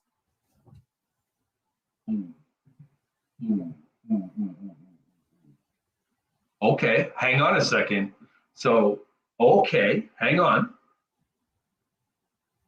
Okay, hang on. Oh, hang on. This is good. This is good. So what you're saying is Big E doesn't win the Rumble. You know, they have like this little thing on, and Kofi does win the Rumble, and they have a little bit of a tiff, whatever. But Big E, he sees the light. Okay, yeah, you're right. You're my boys. It's all good. It's all good. And they're okay for another few months. It's all good. And then does Big E cost Kofi the title, or does Absolutely. Kofi win the title? Yes. And that's what happens at WrestleMania. Like, sorry, dude, it's every man for himself. You know, and Big E's all like, oh, I can't be mad. He's one of my brothers. You know, we've been on the road up and down, blah, blah, blah, blah, blah. And it festers. Like Owen Hart did. Like Owen Hart did with Bret Hart, right? Got all the momentum, goes in for the fucking pin. Screw job from fucking Big E. Buddy, you that's exactly. It's a new day. That's exactly like Owen Hart and Bret Hart did, because they had a tag team match against Quebecers back in the day. The All-American boys. It's a tried, tested formula that works, and this works. And then, you know, you have King Woods doing his thing, Kofi Kingston, a feud with Big E. Oh, God, it'd be sick. It'd be sick. Can you imagine the promo packages? Like, their friendship. Oh, how long's it been, dude? Like, seriously, it's been like fucking a good almost 10 years that they've been together, since we're doing in the podcast almost that they've been together, right? It's a great idea, Nate. I love it. Oh, so Kofi Kingston maybe wins the Rumble. And at the same time, let's be honest, even if it goes that route, it still gives Kofi Kingston a Royal Rumble win, which, you know, he kind of deserves after being squashed by Brock Lesnar. And I understand that people aren't going to be happy about that, because he's going to get that opportunity and then he's going to lose. But guys, there's a bigger picture here that you have to see. This is going to, like, sometimes you don't have to win the title. It depends how you lose the title or how you lose that match. And if this is going to literally propel Kofi Kingston and Big E to another level, talk to us in 5 years. I guarantee you're going to look back and be like, that was the right move. You know what I mean? That's why I love talking wrestling with you, bro. You just get it. That was a great idea, and I'm all about it. Okay, let's go on to the Women's Rumble real quick, and then we'll wrap this up. Although this has been a lot of fun. Okay, so here's who we got. We got Rhea Ripley, Nikki Ash, Dana Brooks, Carmella, Queen Zelina, Tamina, Shotzi, Natalya, Leah, Naomi, Shayna Baszler, Charlotte Flair, Nikki Bella, Brie Bella, Lita, interesting. Michelle McCool, Kelly Kelly, Summer Rae, Mickie James, Bianca, and Liv Morgan. So you have 1, 2, 3, 4, 5, 6, 7, 8, 21. So you have room for 9 women. Who do you got? Who do you got winning? Bayley. Yeah. Well, Banks is back. Banks is back tonight, and she's in the Rumble. So that's interesting. I think notice how Bayley wasn't in there. I think they've been sitting on Bayley. She's done through her rehab. She's ready to go again. She's sitting on the back burner, and you know, they want to give us a different perspective of a main event, and they only want to give all the opportunities to the 4 horsewomen and Bianca Belair and like one other person. And the only one that fits the mold in the fresh face is Bayley. I think with a 10-month absence, 11-month absence, it's worked out to her benefit, and it'll give her the WrestleMania moment because she's so wholesome to the WWE brand, and it's been her lifelong dream, and it's going to be the childhood girlhood dream of Bayley, and she's going to be holding the title and coming down on a zip cord, and I don't think they're going to ever do the zip cord again, but wow. Well, rest in peace, Owen. Come on. But we all know it was legendary when HBK did it. So it's got really awkward. I didn't mean it that way. Sasha Banks winning could be a potential. It's hard. Sasha Banks is now in the Rumble, which forget you also have Asuka as a dark horse. But it's already been done recently, so that's why I'm not going in that direction. Asuka's is not announced yet. Well, let me ask you, what's wrong with Bayley? What happened to her? Didn't she hurt like a knee or a shoulder or something like that? Something like that, 9 or 10 months ago. And what about Asuka? Same thing? Or like just an injury or what? Well, Asuka was their workhorse for 2.5 years. It was not if, but when she broke down. So yeah. And she's tough and she works stiff and she's got that Japanese pedigree, which I appreciate. But dude, there's a lot here to look at. I mean, Rhea Ripley, you never know. That could be, I thought she was gonna win last year. That didn't happen. I could see Lacey Evans showing back up. I could see her making a comeback at Rumble. Not winning necessarily. 9 spots? 9 spots, dude. I'm gonna let you think about this. I'll be right back. I gotta go fix my fire. So these are the things you have to do when you're at home. Just please talk to the audience a little bit. You know what? Here, answer a couple questions here. Hold on. Let me get a question up here. I'll be right back. There we go. Sasha deserves wrestling in a moment. So give it to her. I'll let her shine. Can you answer that, Nate? And I'll be right back in 2 seconds, okay? Sasha does deserve her WrestleMania moment. I'm not so sure if the timing is right for that. It would be cool to see her shine in Texas, but I almost feel like it would be like the same old kind of deal. I just feel like it's always the same 4, 5, 6 that get all the opportunity. And it's I feel like they're trying to clutter together all the opportunities at the same time so that they can turn around and go, oh, the 4 horsewomen, they're this big, revolution of the women's revolution. And it's not. The women's revolution took place years before it was on TV.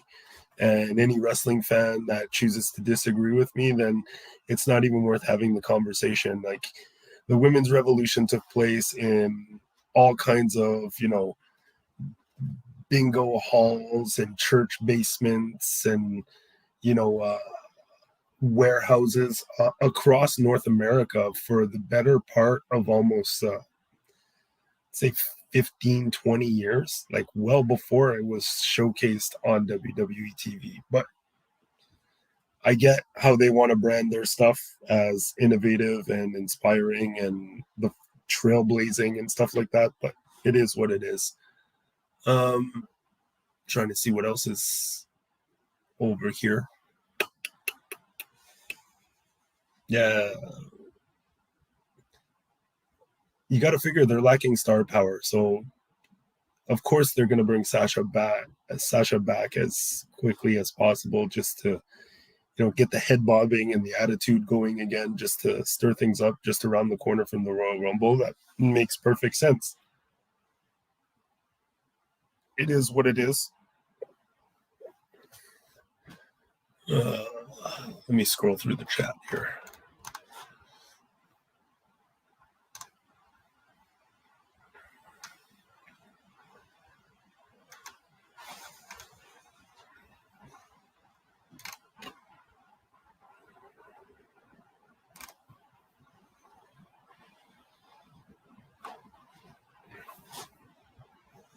Everyone, take 2 minutes in the chat to share who your picks are. I'm interested in knowing what everyone else wants to do. Like, you got me and Ed out here giving our dark horses and stuff like that, and possibilities or storylines and stuff like that. Feel free to share. You guys are a part of this just as much as we are. So, don't be shy. Share your opinions. So, I can rake over them and we can have a difference of opinion, and that's what makes being a wrestling fan so much. But it's always a pleasure to come in here and see a different perspective. And I remember when the Royal Rumble used to be super exciting. I'm not going to say that this one is in that category, but be interesting to know what the outcome is of this weekend's Royal Rumble, just to have an idea or an inkling of where they're going over the next 2-3 months leading up to WrestleMania, because a lot is up in the air and I have no idea of where they're going with it, but it is what it is. Everything Pro Wrestling has picked Bianca Blair. That's an interesting choice. I feel like she didn't get her fair run with the title. She clearly shows that she can hold it, maintain it, and actually deliver on the mic, in the ring, presence outside of it, like social media and stuff like that. It would be an interesting pick, but who do you have her paired against to go against? Like, who needs to put her over at WrestleMania? Ed has decided to take a timeout to fix his fireplace. And I'm back. He's back. Sorry about that, guys. It freaked out, man. I got a message, "Where's Ed?" And then you popped on the screen right away. So thank God you showed up, because they were about to leave, because I pissed everyone off in the chat. Do you know who Scroats is? Chris Hemrick. Really? Mm-hmm. What's up, brother? Hope you're doing well, man. You like the mullet? Like that, huh? Yes, sir. Okay, so I imagine that you discussed the Sasha angle. And look, I think ultimately it's going to come down to Sasha Banks and or Bayley winning this Rumble. I don't really like Rhea Ripley is another sleeper pick for me. I just don't know if it's the right time, considering Bayley's could be coming back and Sasha Banks is definitely back. So, Sasha's on SmackDown. Who's the SmackDown champion again for women's? Isn't it Flair? I think so, right? Is it Flair? I believe so. Yeah, so like, well, which one of the four don't you see on TV recently? No, you're right. It is Charlotte Flair. So, Sasha obviously against Charlotte is a good one. Bayley versus Charlotte is another good one. Won't bother here. But Redwoods, that's my nickname. He calls me Redwoods. Don't know why. I love it though. The story is Belair and Becky redemption from SummerSlam. So that's a really good pick.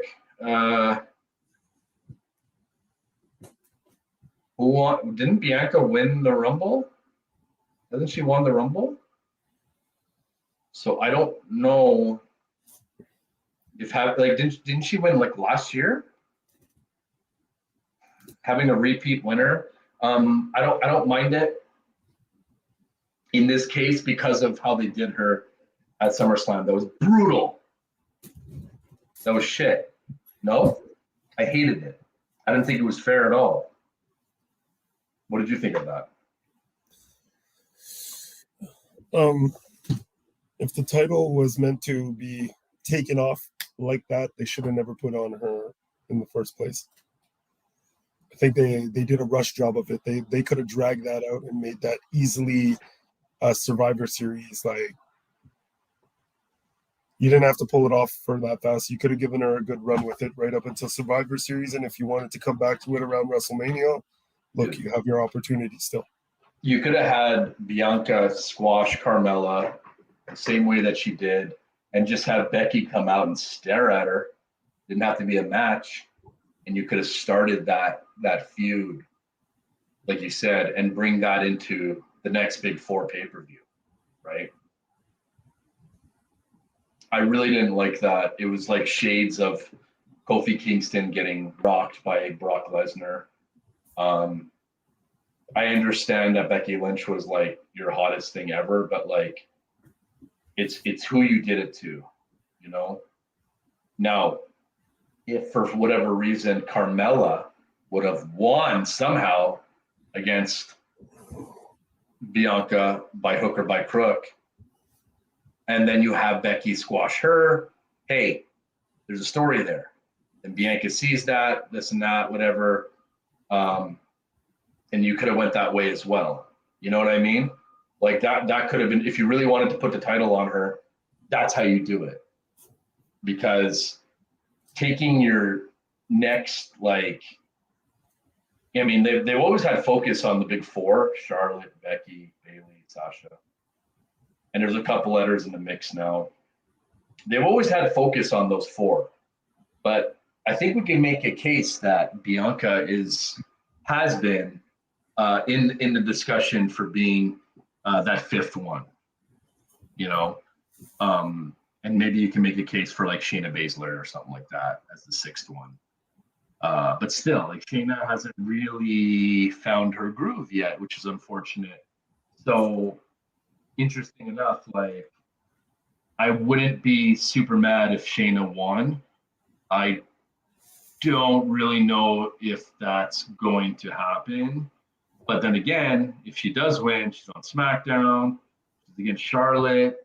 Does it have that feud capability with Charlotte being a heel and Shayna doing her thing? Not quite. You know what I'm saying? So I don't know if I see that. You know what I mean? Absolutely. So look,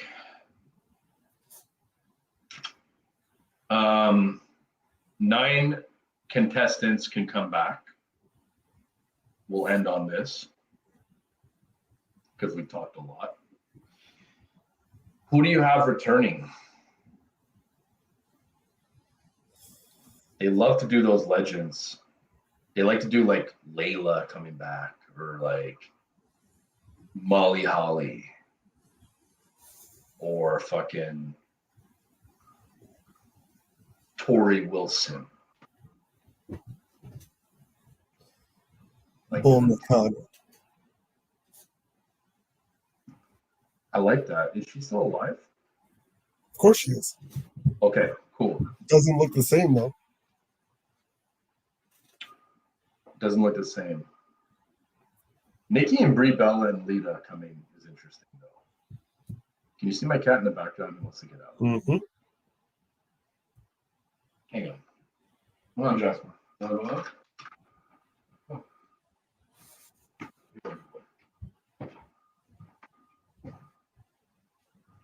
He probably won't leave now, but I gotta give him the option. Bull Nakano is an amazing pick.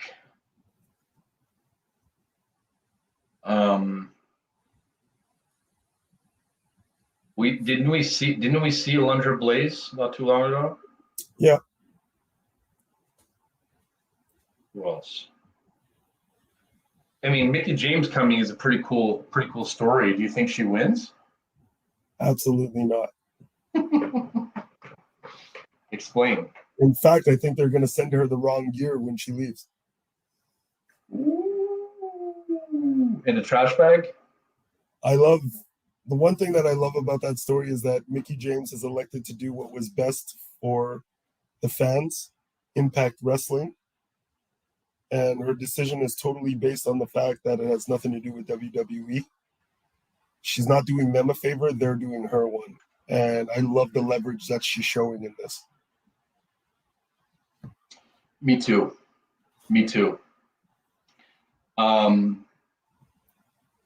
I don't know if I would have announced it, but I think it's pretty cool regardless. They should have kept that one under wraps for sure. You know what, bro? We talked about a little bit of the men's rumble and like a couple of guys that we think could come in. Another guy that I wouldn't be surprised showing up would be Corey Graves. I was just thinking about Corey Graves. I didn't want to say it, but I was like telepathically it went your way. How about this? To throw us off, Corey Graves is doing the announcing, and then his music hits, and he has like one of those rip-off suits, and he's in his gear. And he does like a Jerry Lawler where he puts the mic down, jumps in the ring, gets eliminated, comes back. And goes back on the I mean, that was amazing when that happened, no doubt about it. But or like Booker T with the GI Bro. I like that. I think it has potential. Because if he's not announcing, then people are gonna know, right? So I think the way that you do that is to just hit his music, and then he gets in there. I think the people, especially in the front row, would go absolutely bonkers, and I think that would like wave the rest of the people to go absolutely crazy as well.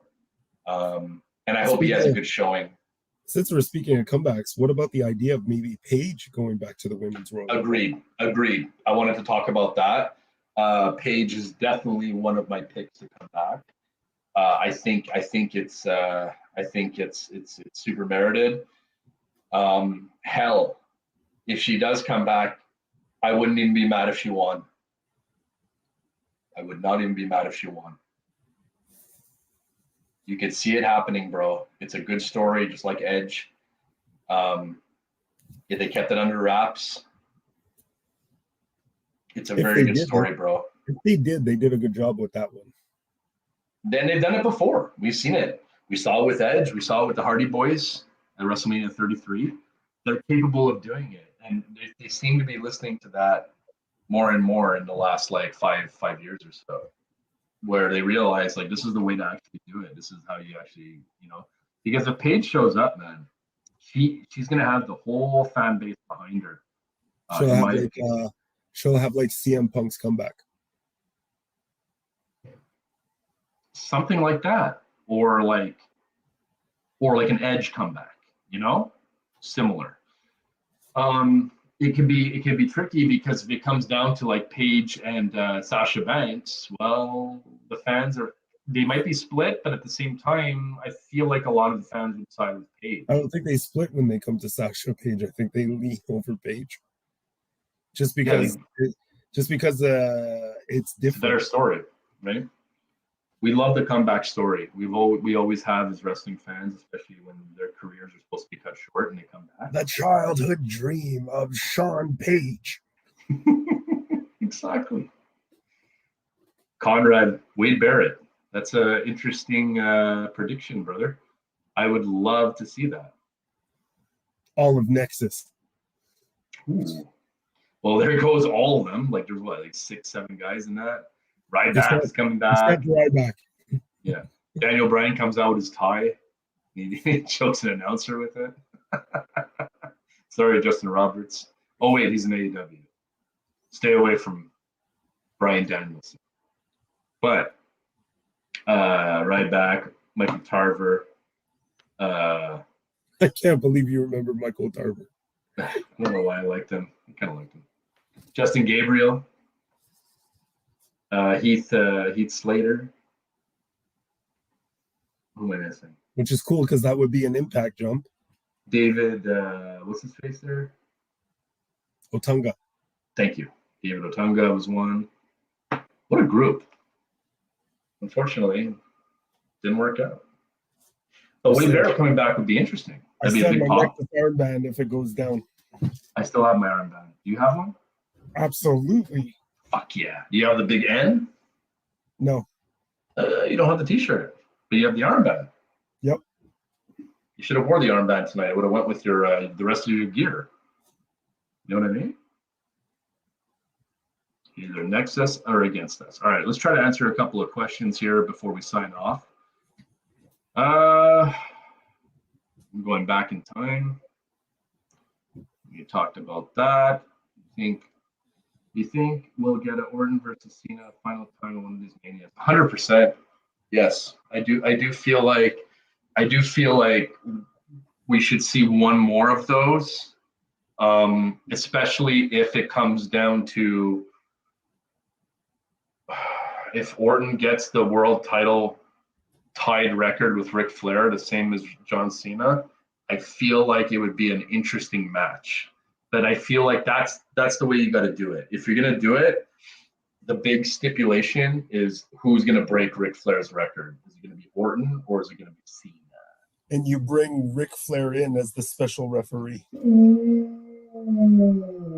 I love that. But here's the thing: who wins that? I gotta go with Orton. Orton. Yep. And why do you say that? Dude, that's all leading up to an evolution. Why would you pick Orton?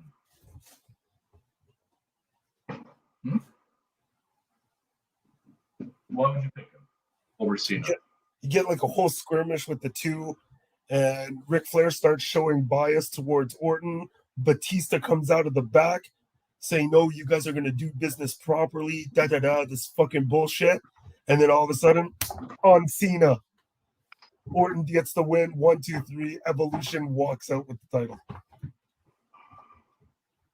Amazing. God bless your ideas, Nate Dogg. God bless them. It just works. It's like Ruthless Aggression era, but like in the modern era. It's perfect. Think about it. Because I just don't feel like Cena needs that. You know, like he's tied Ric Flair's record. That in itself is amazing. Orton would be the first one to tell you that he doesn't need it either. But you know what at the same time, he deserves it because he's stuck around. You know, but there's a second part to that, right? So Cena comes out on Raw the next day, bitches about Batista fucking blindsiding him. Batista comes out and bitches that Cena stole a role out of him from a movie in fucking Hollywood that was major money. And he felt like, you know what? If you dipped in my pocket, I'm dipping in yours. So you have the aftermath of the loser of that too. Amazing. You know, that's WrestleMania quality. It's the same as Batista and Hunter. Give me what I want. Spits. Give me what I want. You know? I love that shit. So yeah, it could go that way as well. You know what I mean? So there's a bunch of different angles eventually they could go, especially with Orton and Cena. I do feel like we're owed at least one more before both of these guys hanging them up. Why the fuck not? And you know what? It's been a while too. It's been like a good what, 7, 8 years that we've seen them like square off, maybe more. 2009 Breaking Point. That was when they were at the peak of their feud. It might.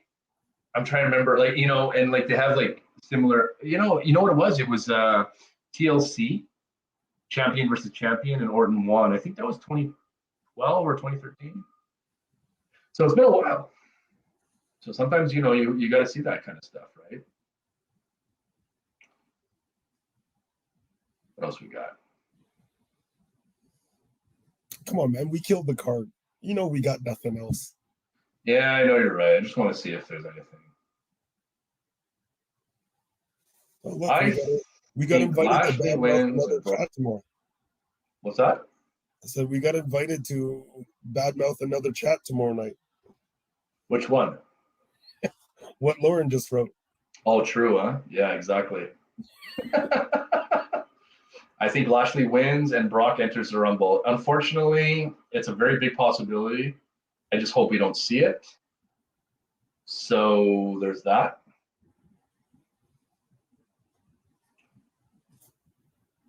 She was called Viper, and okay, this is about Dewdrop. She was called Viper and injuries. Yeah, but you know, Randy Orton's a Viper. I don't see them using that, unfortunately.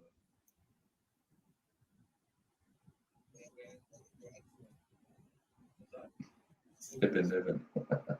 Viper Niven. Yeah, no, absolutely. So look, we've covered it all. Any final thoughts, going into this thing tomorrow? Are you excited for it, dude? It's on a Saturday. I'm down. It's on a Saturday, right? I like that. It's very AEW style. Somebody did like a fake like fan poll, and they said the reason why people prefer pay-per-views on Saturdays is because wrestling nerds and geeks have nothing else to do, so it fills up their weekend better. I mean, so what's your point? Well, we are on lockdown, so there really is no excuse. But in any given time, but granted, it is January. I mean, here in Canada, it's like, seriously, like, what are you going to really do unless it's a birthday or something like that? But I do feel strong about the fact, like, okay, look, if it does go late, if it does go to 11 o'clock, I mean, I'm not that old, guys. I'm 36 here. Like, I'm cool with, in most nights I do stay up till 11 almost. Not with the dog right now. By the way, the Mountie got a dog, cherry dog. But I do stay up till like almost 11 sometimes. So I'm okay with that going into Sunday, because I do feel like, the pay-per-views on Sunday when you have to work Monday, it's like, it's tough sometimes. And I don't know about you, Nate, but whenever I watch a pay-per-view on Sunday, I can never really go to bed right after. I have to go on Twitter. I have to go like see what people are talking about. I want to see like. I have to go follow Bully Ray's tweets because I care about what he has to say about, the ins and outs of the ring, preferably people's personal lives. That really bothered you? It really did bother me. I just thought it was, from out of all the guys who have been up and down the road the last like 25, 30 years, I would have figured him to be the last one to come out and make a comment like that.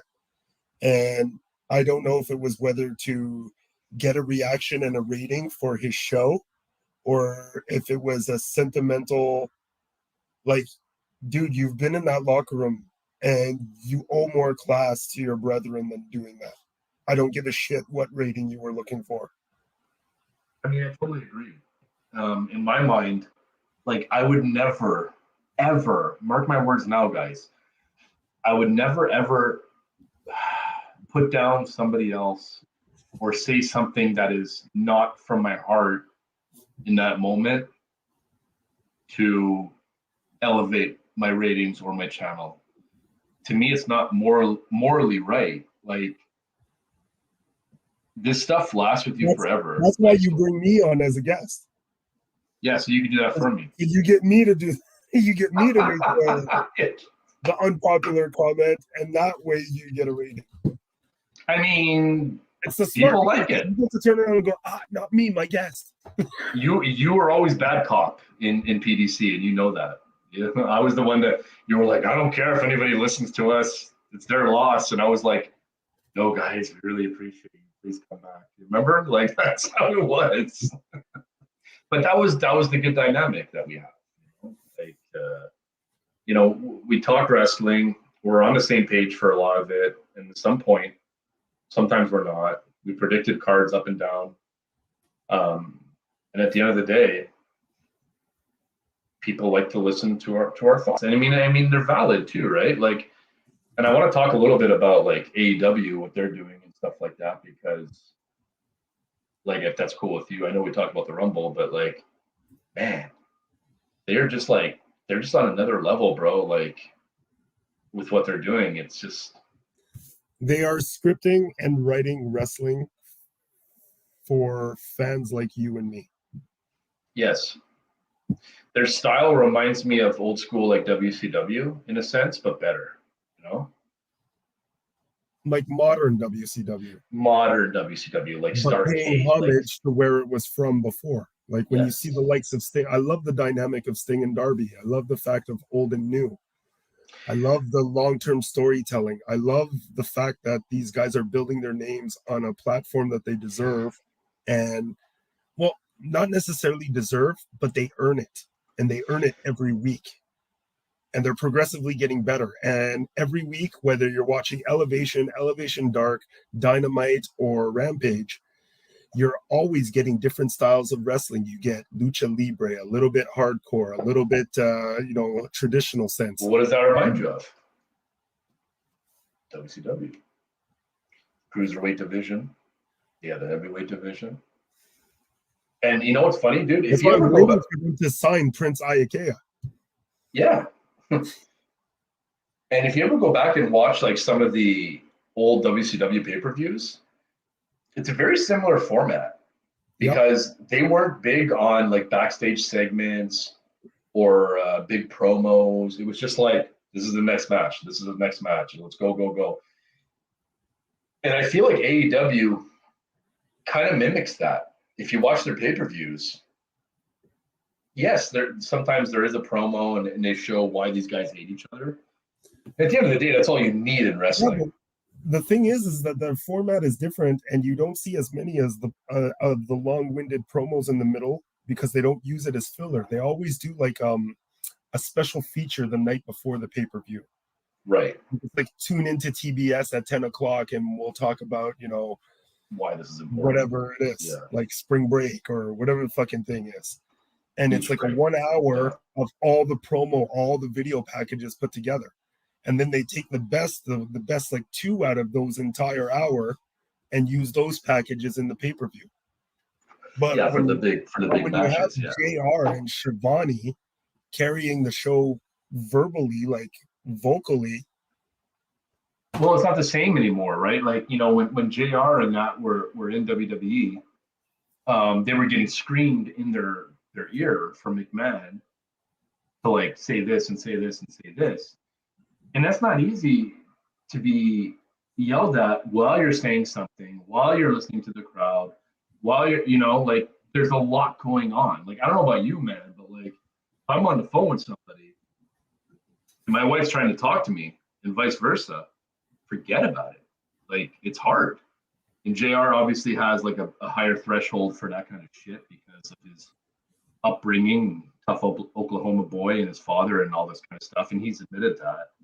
But like, to me, looking at that, it's like, holy shit, man, that'd be like impossible like to do.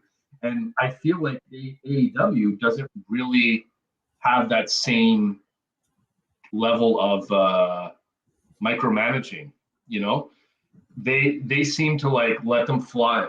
Hey, you guys are two of the best in the business. Let's be honest. Shivani was probably the best in WCW. You can maybe make an argument for Bobby Heenan. And JR was one of the best in WWF history. And you can maybe make an argument for like Gorilla Monsoon, Jesse, Bobby the Brain. But at the end of the day, JR and his emotion, like, tough to match. Very, very, very tough to match. So seeing those two, number one, on the big stage at AEW, for me, means a lot. Like, announcers and commentators mean the world to me when I'm watching on TV. They don't necessarily mean the world to me when I'm at a live event. And, as it's different. You're just there to watch the product, enjoy it, and see them dance. But when it comes down to it, when you're watching it on TV, the announcers matter. And Shivani still has it. JR still has it. I'm glad to see him back. And dude, like this whole corporation. Even Taz is still like a student of the game with it. Like, hey, dude, I wanted to ask you, what are your thoughts on Hook? I really like Hook. Just tip of the iceberg, bro. Yeah. And it's gonna blow up. Because I know you're a big fan of Orange Cassidy, and I know you've been pushing that guy for like about a couple of years. You've been down. And by the way, sick match with Adam Cole this past week. Awesome. Baby. Honestly, probably match of the year so far. If you want to get technical, I mean, it's only January, but still, I feel like that was a really good match, especially for free TV on Dynamite. I can't think of a better one right now. And Hook has the potential to do something. I would like to see him as TNT champion. I don't want to see him push to the big stage just yet. I want to see him build it slow, and it's good to go. Build him slow, good to go. We're always advocates of that, Nate. As you know, I mean, we have that old school mentality that, like you said, less is more. Like, what's the rush? This is what I don't get. What's the rush? Bro, it's name not is like the Leo. fucking wrestling career is like 2 years here. Like wrestling careers are longer than NFL careers, and what's the average NFL career? Like 5 years, 6 years, maybe. Like wrestling is even longer than that. And like, unless you know that you only have this guy for like 1 or 2 years, there's no rush. There's no rush in this stuff. Like, there's no clock on this thing, guys. Like, don't blow your load on these talents too quickly, because you know what happens? People get tired of them. But the slow burn helps a lot. And I'm trying to think of an example of the slow burn. Cena was a very good example. He started with the US Championship, and then eventually a year later he was, world heavyweight. Maybe that wasn't the best example, but at least he started with the US title. Okay, Randy Orton started with IC, and then he became world champion. Can you think of a wrestler that started like, okay, I guess Bret Hart. Bret Hart would be a good example, maybe tag team, Intercontinental, and then he went up there. I guess that would be a definition of a slow burn, like Bush, right? Can you think of anybody recently that's really had that? Good question, huh? Dolph Ziggler. Yes. Good. Yeah. strong worker, got himself a presence, eventually led to the Intercontinental title, really didn't do anything wrong when it came to holding the world title. And it was just like it was just injury. His wit and his talent outdid him. And that's why like the title was swooped off him so fast. Like he was in the middle of a political hurricane when they made him champ.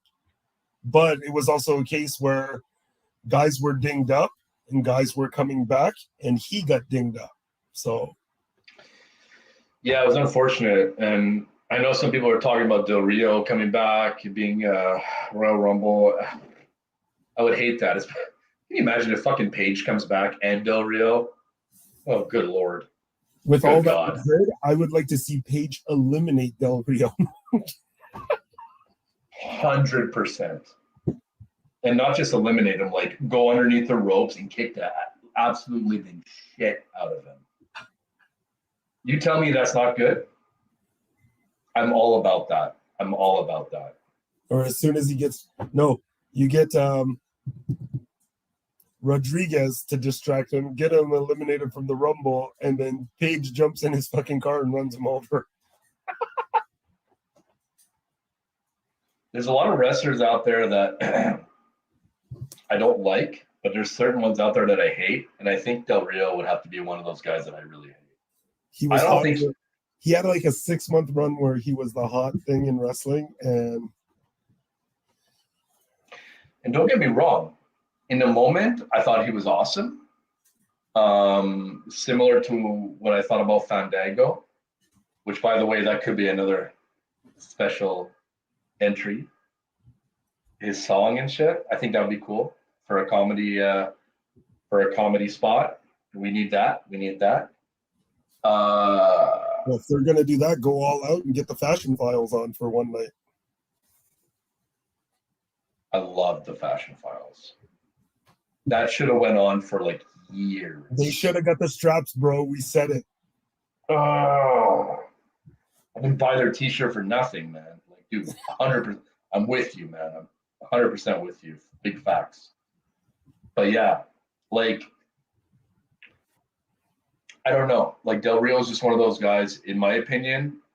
We talked about it today a little. Well, we didn't talk about it, but I saw what you posted about Evander Kane, about second shots and fourth shots and whatever. And so I just don't think that this guy deserves it, man. Like, he's one of those guys that, in my opinion, just you're scum. You're scum. I'm sorry. It's not my fault. It's your fault. From what I understand, it's your fault. It is what it is. Looks like a duck, quacks like a duck, and walks like a duck. It's probably a duck. Pretty much. And that's unfortunate, but who do you really have to blame but yourself? Paige is definitely eccentric. She's very opinionated. She's she does her thing, no doubt about it. So there is that as well. But these kind of things you don't mess with. And in my opinion, from a publicly traded company, you want to stay away from these kind of characters. But that's me. So I don't think it's coming back personally. I don't think it'd be a good move at all. I don't think people would care. I don't think it would have the same impact as what they think, you know. So there's other guys that you could give the spot to that's more beneficial for everyone involved. Agreed. So as far as AEW goes, I just love what they're doing. They have these big names happening right now. They're doing things the right way. I love Wardlow. I love FTR. I love what they're doing with the Briscoes. We talked about that the other night. We were going back and forth, and you're like, yeah, man, FTR's going to get their ass kicked. And you might be right, no doubt about it. I mean, at the end of the day, dude, let's be honest, from a business perspective, and you know that FTR knows this already, they probably are going to eat the pin. But I don't want to see them get destroyed within 5 minutes either. I think it's going to be a fantastic match. Where FTR puts up a serious battle, and they come up short. But you know, FTR is one of those tag teams that even if they lose, they're still one of the best in the game right now. If you ask me, they just did an indie show with Rock and Roll Express last week and tore the house down. So what does that tell you? What I like about FTR is their respect for the legends and their respect for the heritage. All wrestlers that respect the game, you know, like they even mentioned on the podcast. I listen to a lot of those podcasts. I'm sure you do too. I think you fall asleep listening to a lot of them, if I remember right. And what I realized was FTR was talking about the fact that they were at some developmental sort of training, and these guys Midnight Express, Rock and Roll Express, whatever. I mean, they were hanging out after the fact, and nobody was going up to talk to them. And they were like, "What? We're gonna go talk to them." And they would pick their brains and all that kind of stuff. And they thought it was absolutely crazy, the fact that there was no lineup to go talk to these guys. It's and they were 100% right. So these guys really respect the lineage before them, you know, the guys like Arn Anderson, Tully Blanchard, anybody in the Four Horsemen, anybody in tag team wrestling. They're keeping that alive, and I love that, you know, and they are really some of the best in the game when it comes to tag team wrestling. They're easily top 3, in my opinion, as far as active tag team wrestlers in the world. You can make an argument for the Young Bucks. I understand. Briscoes are definitely in the conversation, but FTR has got to be up there. They're up there. I don't know if I give them the number 1 spot right now. It's just... Oh, you would go with the New Day. That's about to break up. That's what you would do. I really hope they go that way, Nate. That's a fucking genius idea. Genius. Kofi Kingston wins the Rumble. Just trying to get the wrestling fan interested again. Big E. It's very Psycho Sid and Hulk Hogan, you know? In a way. They weren't a tag team, but at the same time, there was a story there, you know? And we need to see that story. We need to see that pain. We need to see the highlights of the New Day at their highs, and we need to see Big E turning on them hard. And you know, he needs to be the guy to turn on them. It can't be Kofi. It's got to be Big E.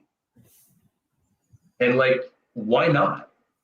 Here's the deal: you've given this guy a shot to be your big horse and carry the load for 6 months or something like that, or maybe less. I don't remember. Less. 3-4 months. And I'm not saying he didn't do a good job. I'm just saying maybe it was just a little bit too late and people didn't care as much. Well, half-filled arenas and shitty attendance, and it's tough. You know, it's a tough spot to be in. They put him in a tough deal. Yeah, but they put that in Drew McIntyre too, and I felt like he did a pretty Absolutely. good job. Pretty good job, considering, you know. But it's a different story, you know. And I feel like him, like they could use that in the story angle. You know what I'm saying?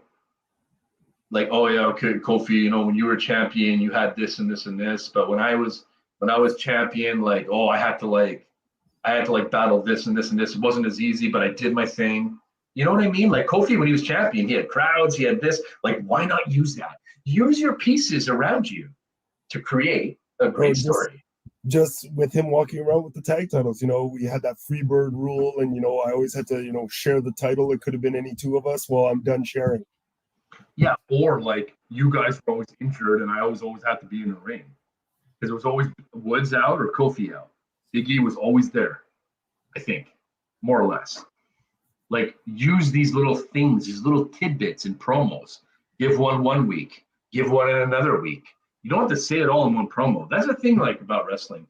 You don't have to have like a 7-minute blowout where you just destroy the guy. Give him a little bit, elaborate on that, and then the next week, continue it. You know? Wrestling, yes, wrestling is a long-term marathon race. It's not a sprint.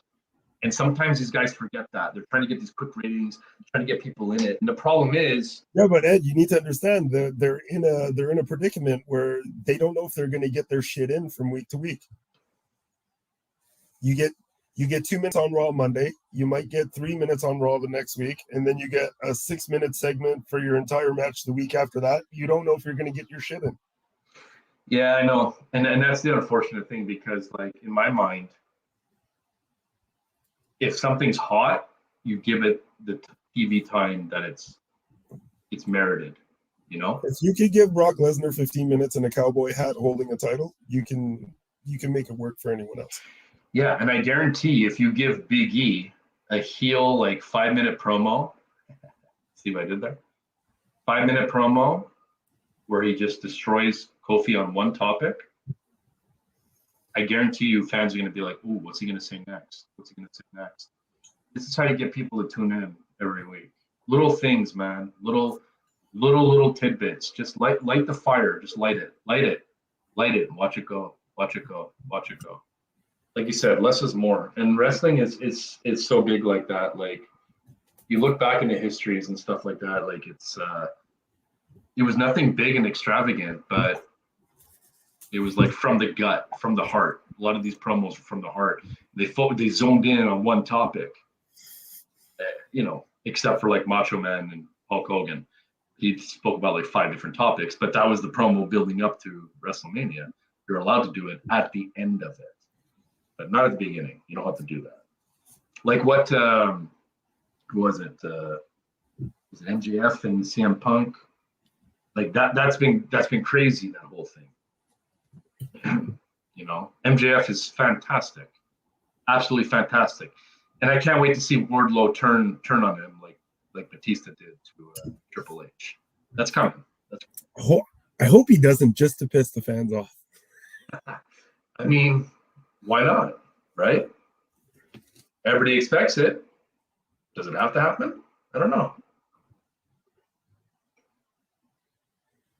But yeah, look, we've discussed a lot.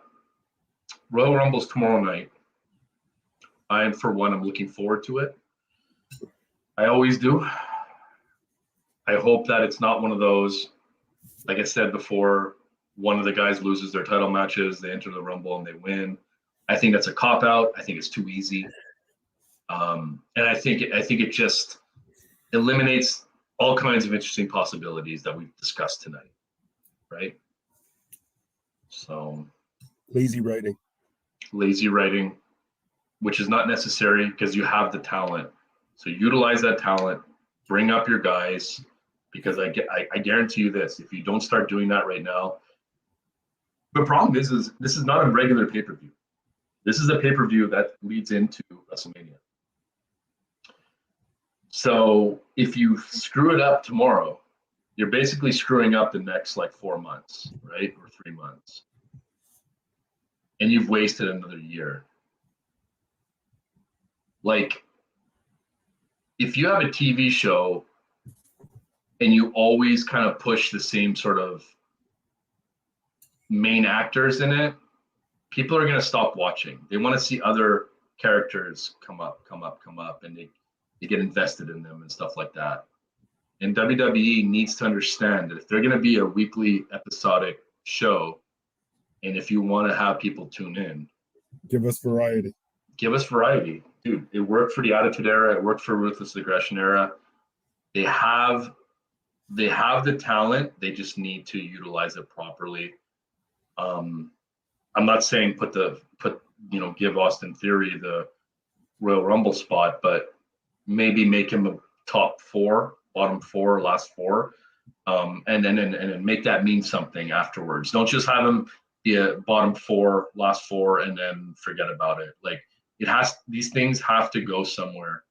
So just leverage that and start building these new talent, because they have great talent. And we've seen that, bro. We talked about that. Ruby Riott going over to AEW. You know, we see what she's doing right now. Adam Cole. I mean, there's so many guys. There's so many guys that, like, you know, they've sort of dropped the ball with. Rusev. And, like, how okay are you with this? You know what I mean? Like, I have so many thoughts on this. Like, dude, you have like 4 or 5 guys, 4 or 5 women. And from a production standpoint, I'm sorry, but I don't really give a shit about it right now. Like, back in the day, we used to get mad at like Orton and Cena fighting for like 4 straight pay-per-views or whatever. Now this is like happening like way too much, you know, like we're seeing like a lot of the same feuds over and over and over and over again. You know, like they need to, tomorrow night has to be some sort of movement and change direction with the Forbidden Door angle and everything else. Like, it needs, you can't drop the ball here, man. You can't just take the easy way out. You need to get creative. I'd be lying if I said they're just going to disappoint us. Of course they're like, I expect it going into the Royal Rumble. But, you know, like I said before at the beginning of the show, there was times where they got it right. Shinsuke Nakamura winning, they got it right. Bianca, they got it right. The problem is, what do you do after? Shinsuke winning the Royal Rumble and then losing to Jinder, pretty stupid. Right? That didn't make any sense. They didn't know what they had, just like they don't know what they have with the roster that they got. Exactly. So, you know, it's the same concept that I have about Money in the Bank. You have a guy that wins Money in the Bank, and then you have them lose it. And now I'm not saying that they always have to win it, but like certain guys, man, like, you know, in my mind, like, you need to have them win. There's certain guys that you can have them lose. A guy that wins it more than once, et cetera, et cetera. But, you know, Otis winning it, I probably would have had him win the title, even if it was for a month, just to see what's going to happen. What do you have to lose? You know, see what he's got. I know it's a little crazy, but Damian Sandow, I think he won the briefcase. I don't remember. Baron Corbin, that one pissed me off, because at that point I was like a massive like Baron Corbin guy. And I still am, but you know, he's another one of those guys who just kind of makes it work, like Seth Rollins. He just kind of makes his gimmick work, but he's nothing to write home about right now. Like, this motherfucker ain't gonna definitely, you know, main event WrestleMania in the next like 5 years or so. I doubt it. So look, they have options, they have opportunities, but at the same time, because of how they position these guys, Nate, they don't really have a lot of opportunities. They have AJ, maybe Big E, maybe Kofi, like we talked about. And then you have the guys that aren't going to win their matches and get inserted and possibly win. Who else you got, bro? Seriously. I love the Forbidden Door reference you talked about before with Moose coming in and winning, or perhaps Who's the other one you said? Like another champion coming in and winning from a different promotion? Hangman? Yeah. See, like that moves the needle, bro. It definitely moves the needle. Because then, now you have under scope AEW versus WWE. Like, let's not pretend for a second that these guys are not, I wouldn't say friends, but because look what happened with the NXT angle, right? With like Triple H and like, what the hell is going on there? Can we talk about that for like a quick minute before we sign off? What the fuck? They what happened? NXT got vinced. What do you want me to tell you? Enough said. Triple H got sick. He had to come in, fuck up the whole thing. Fuck up the look, fuck up the style, fuck up the everything. Everything. You saw what Steiner did there to the NXT logo? What the hell, man? Like this guy was like, and if Vince was like, yo, dude, like you got to take out AEW, they're a competition. Like they were pretty damn close to beating them in the ratings, and they did a few weeks. Smartest guy to get the hell out of though was Johnny Gargano. The only thing that I feel bad about, he left Ciampa behind. But he doesn't want to fucking go anywhere. So he reaps what he sows.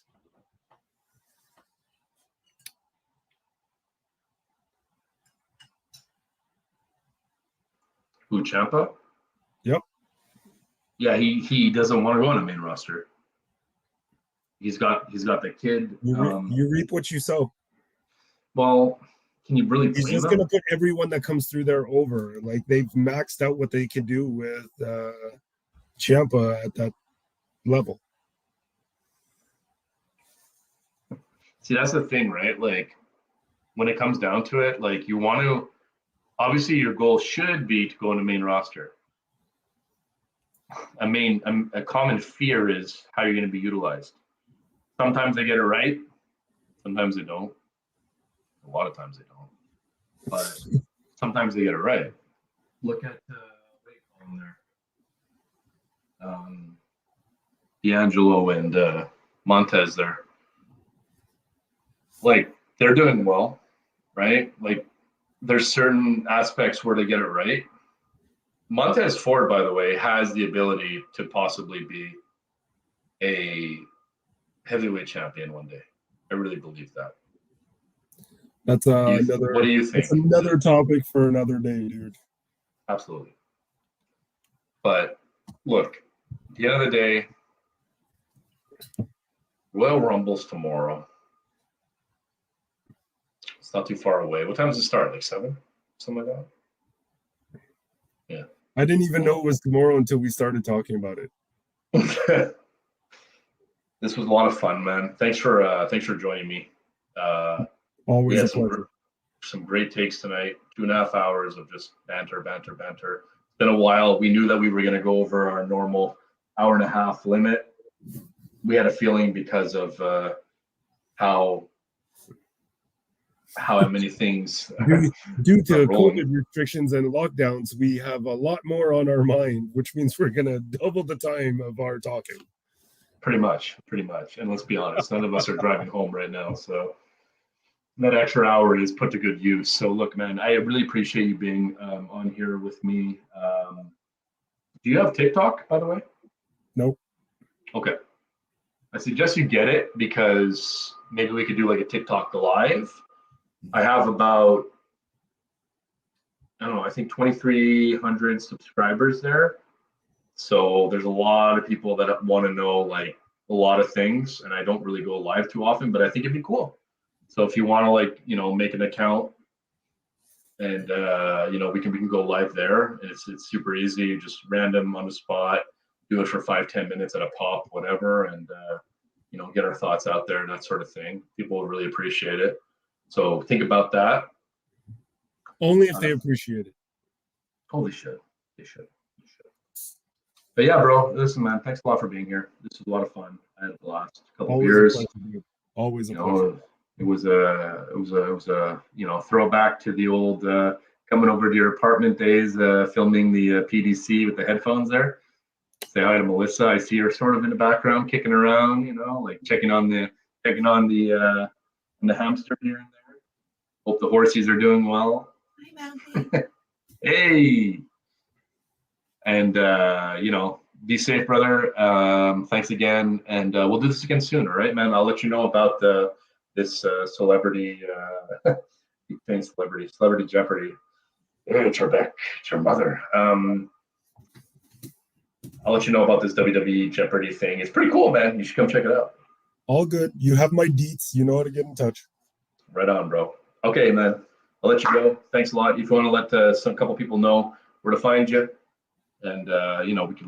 Well, it seems like with the lack of traction, you're gonna find me here on your channel doing that stuff. So it is what it is. Sounds good, bro. Thanks, Nate. All right, man. Good night, and we'll talk to you guys soon. You guys enjoy the Rumble. Care, Nate, guys. Thank you for all that you did. Thanks, Ed. Appreciate it. Enjoy the Rumble, brother. We'll talk tomorrow, okay? You too. Bye. All right, man. See ya. Ciao. Bye.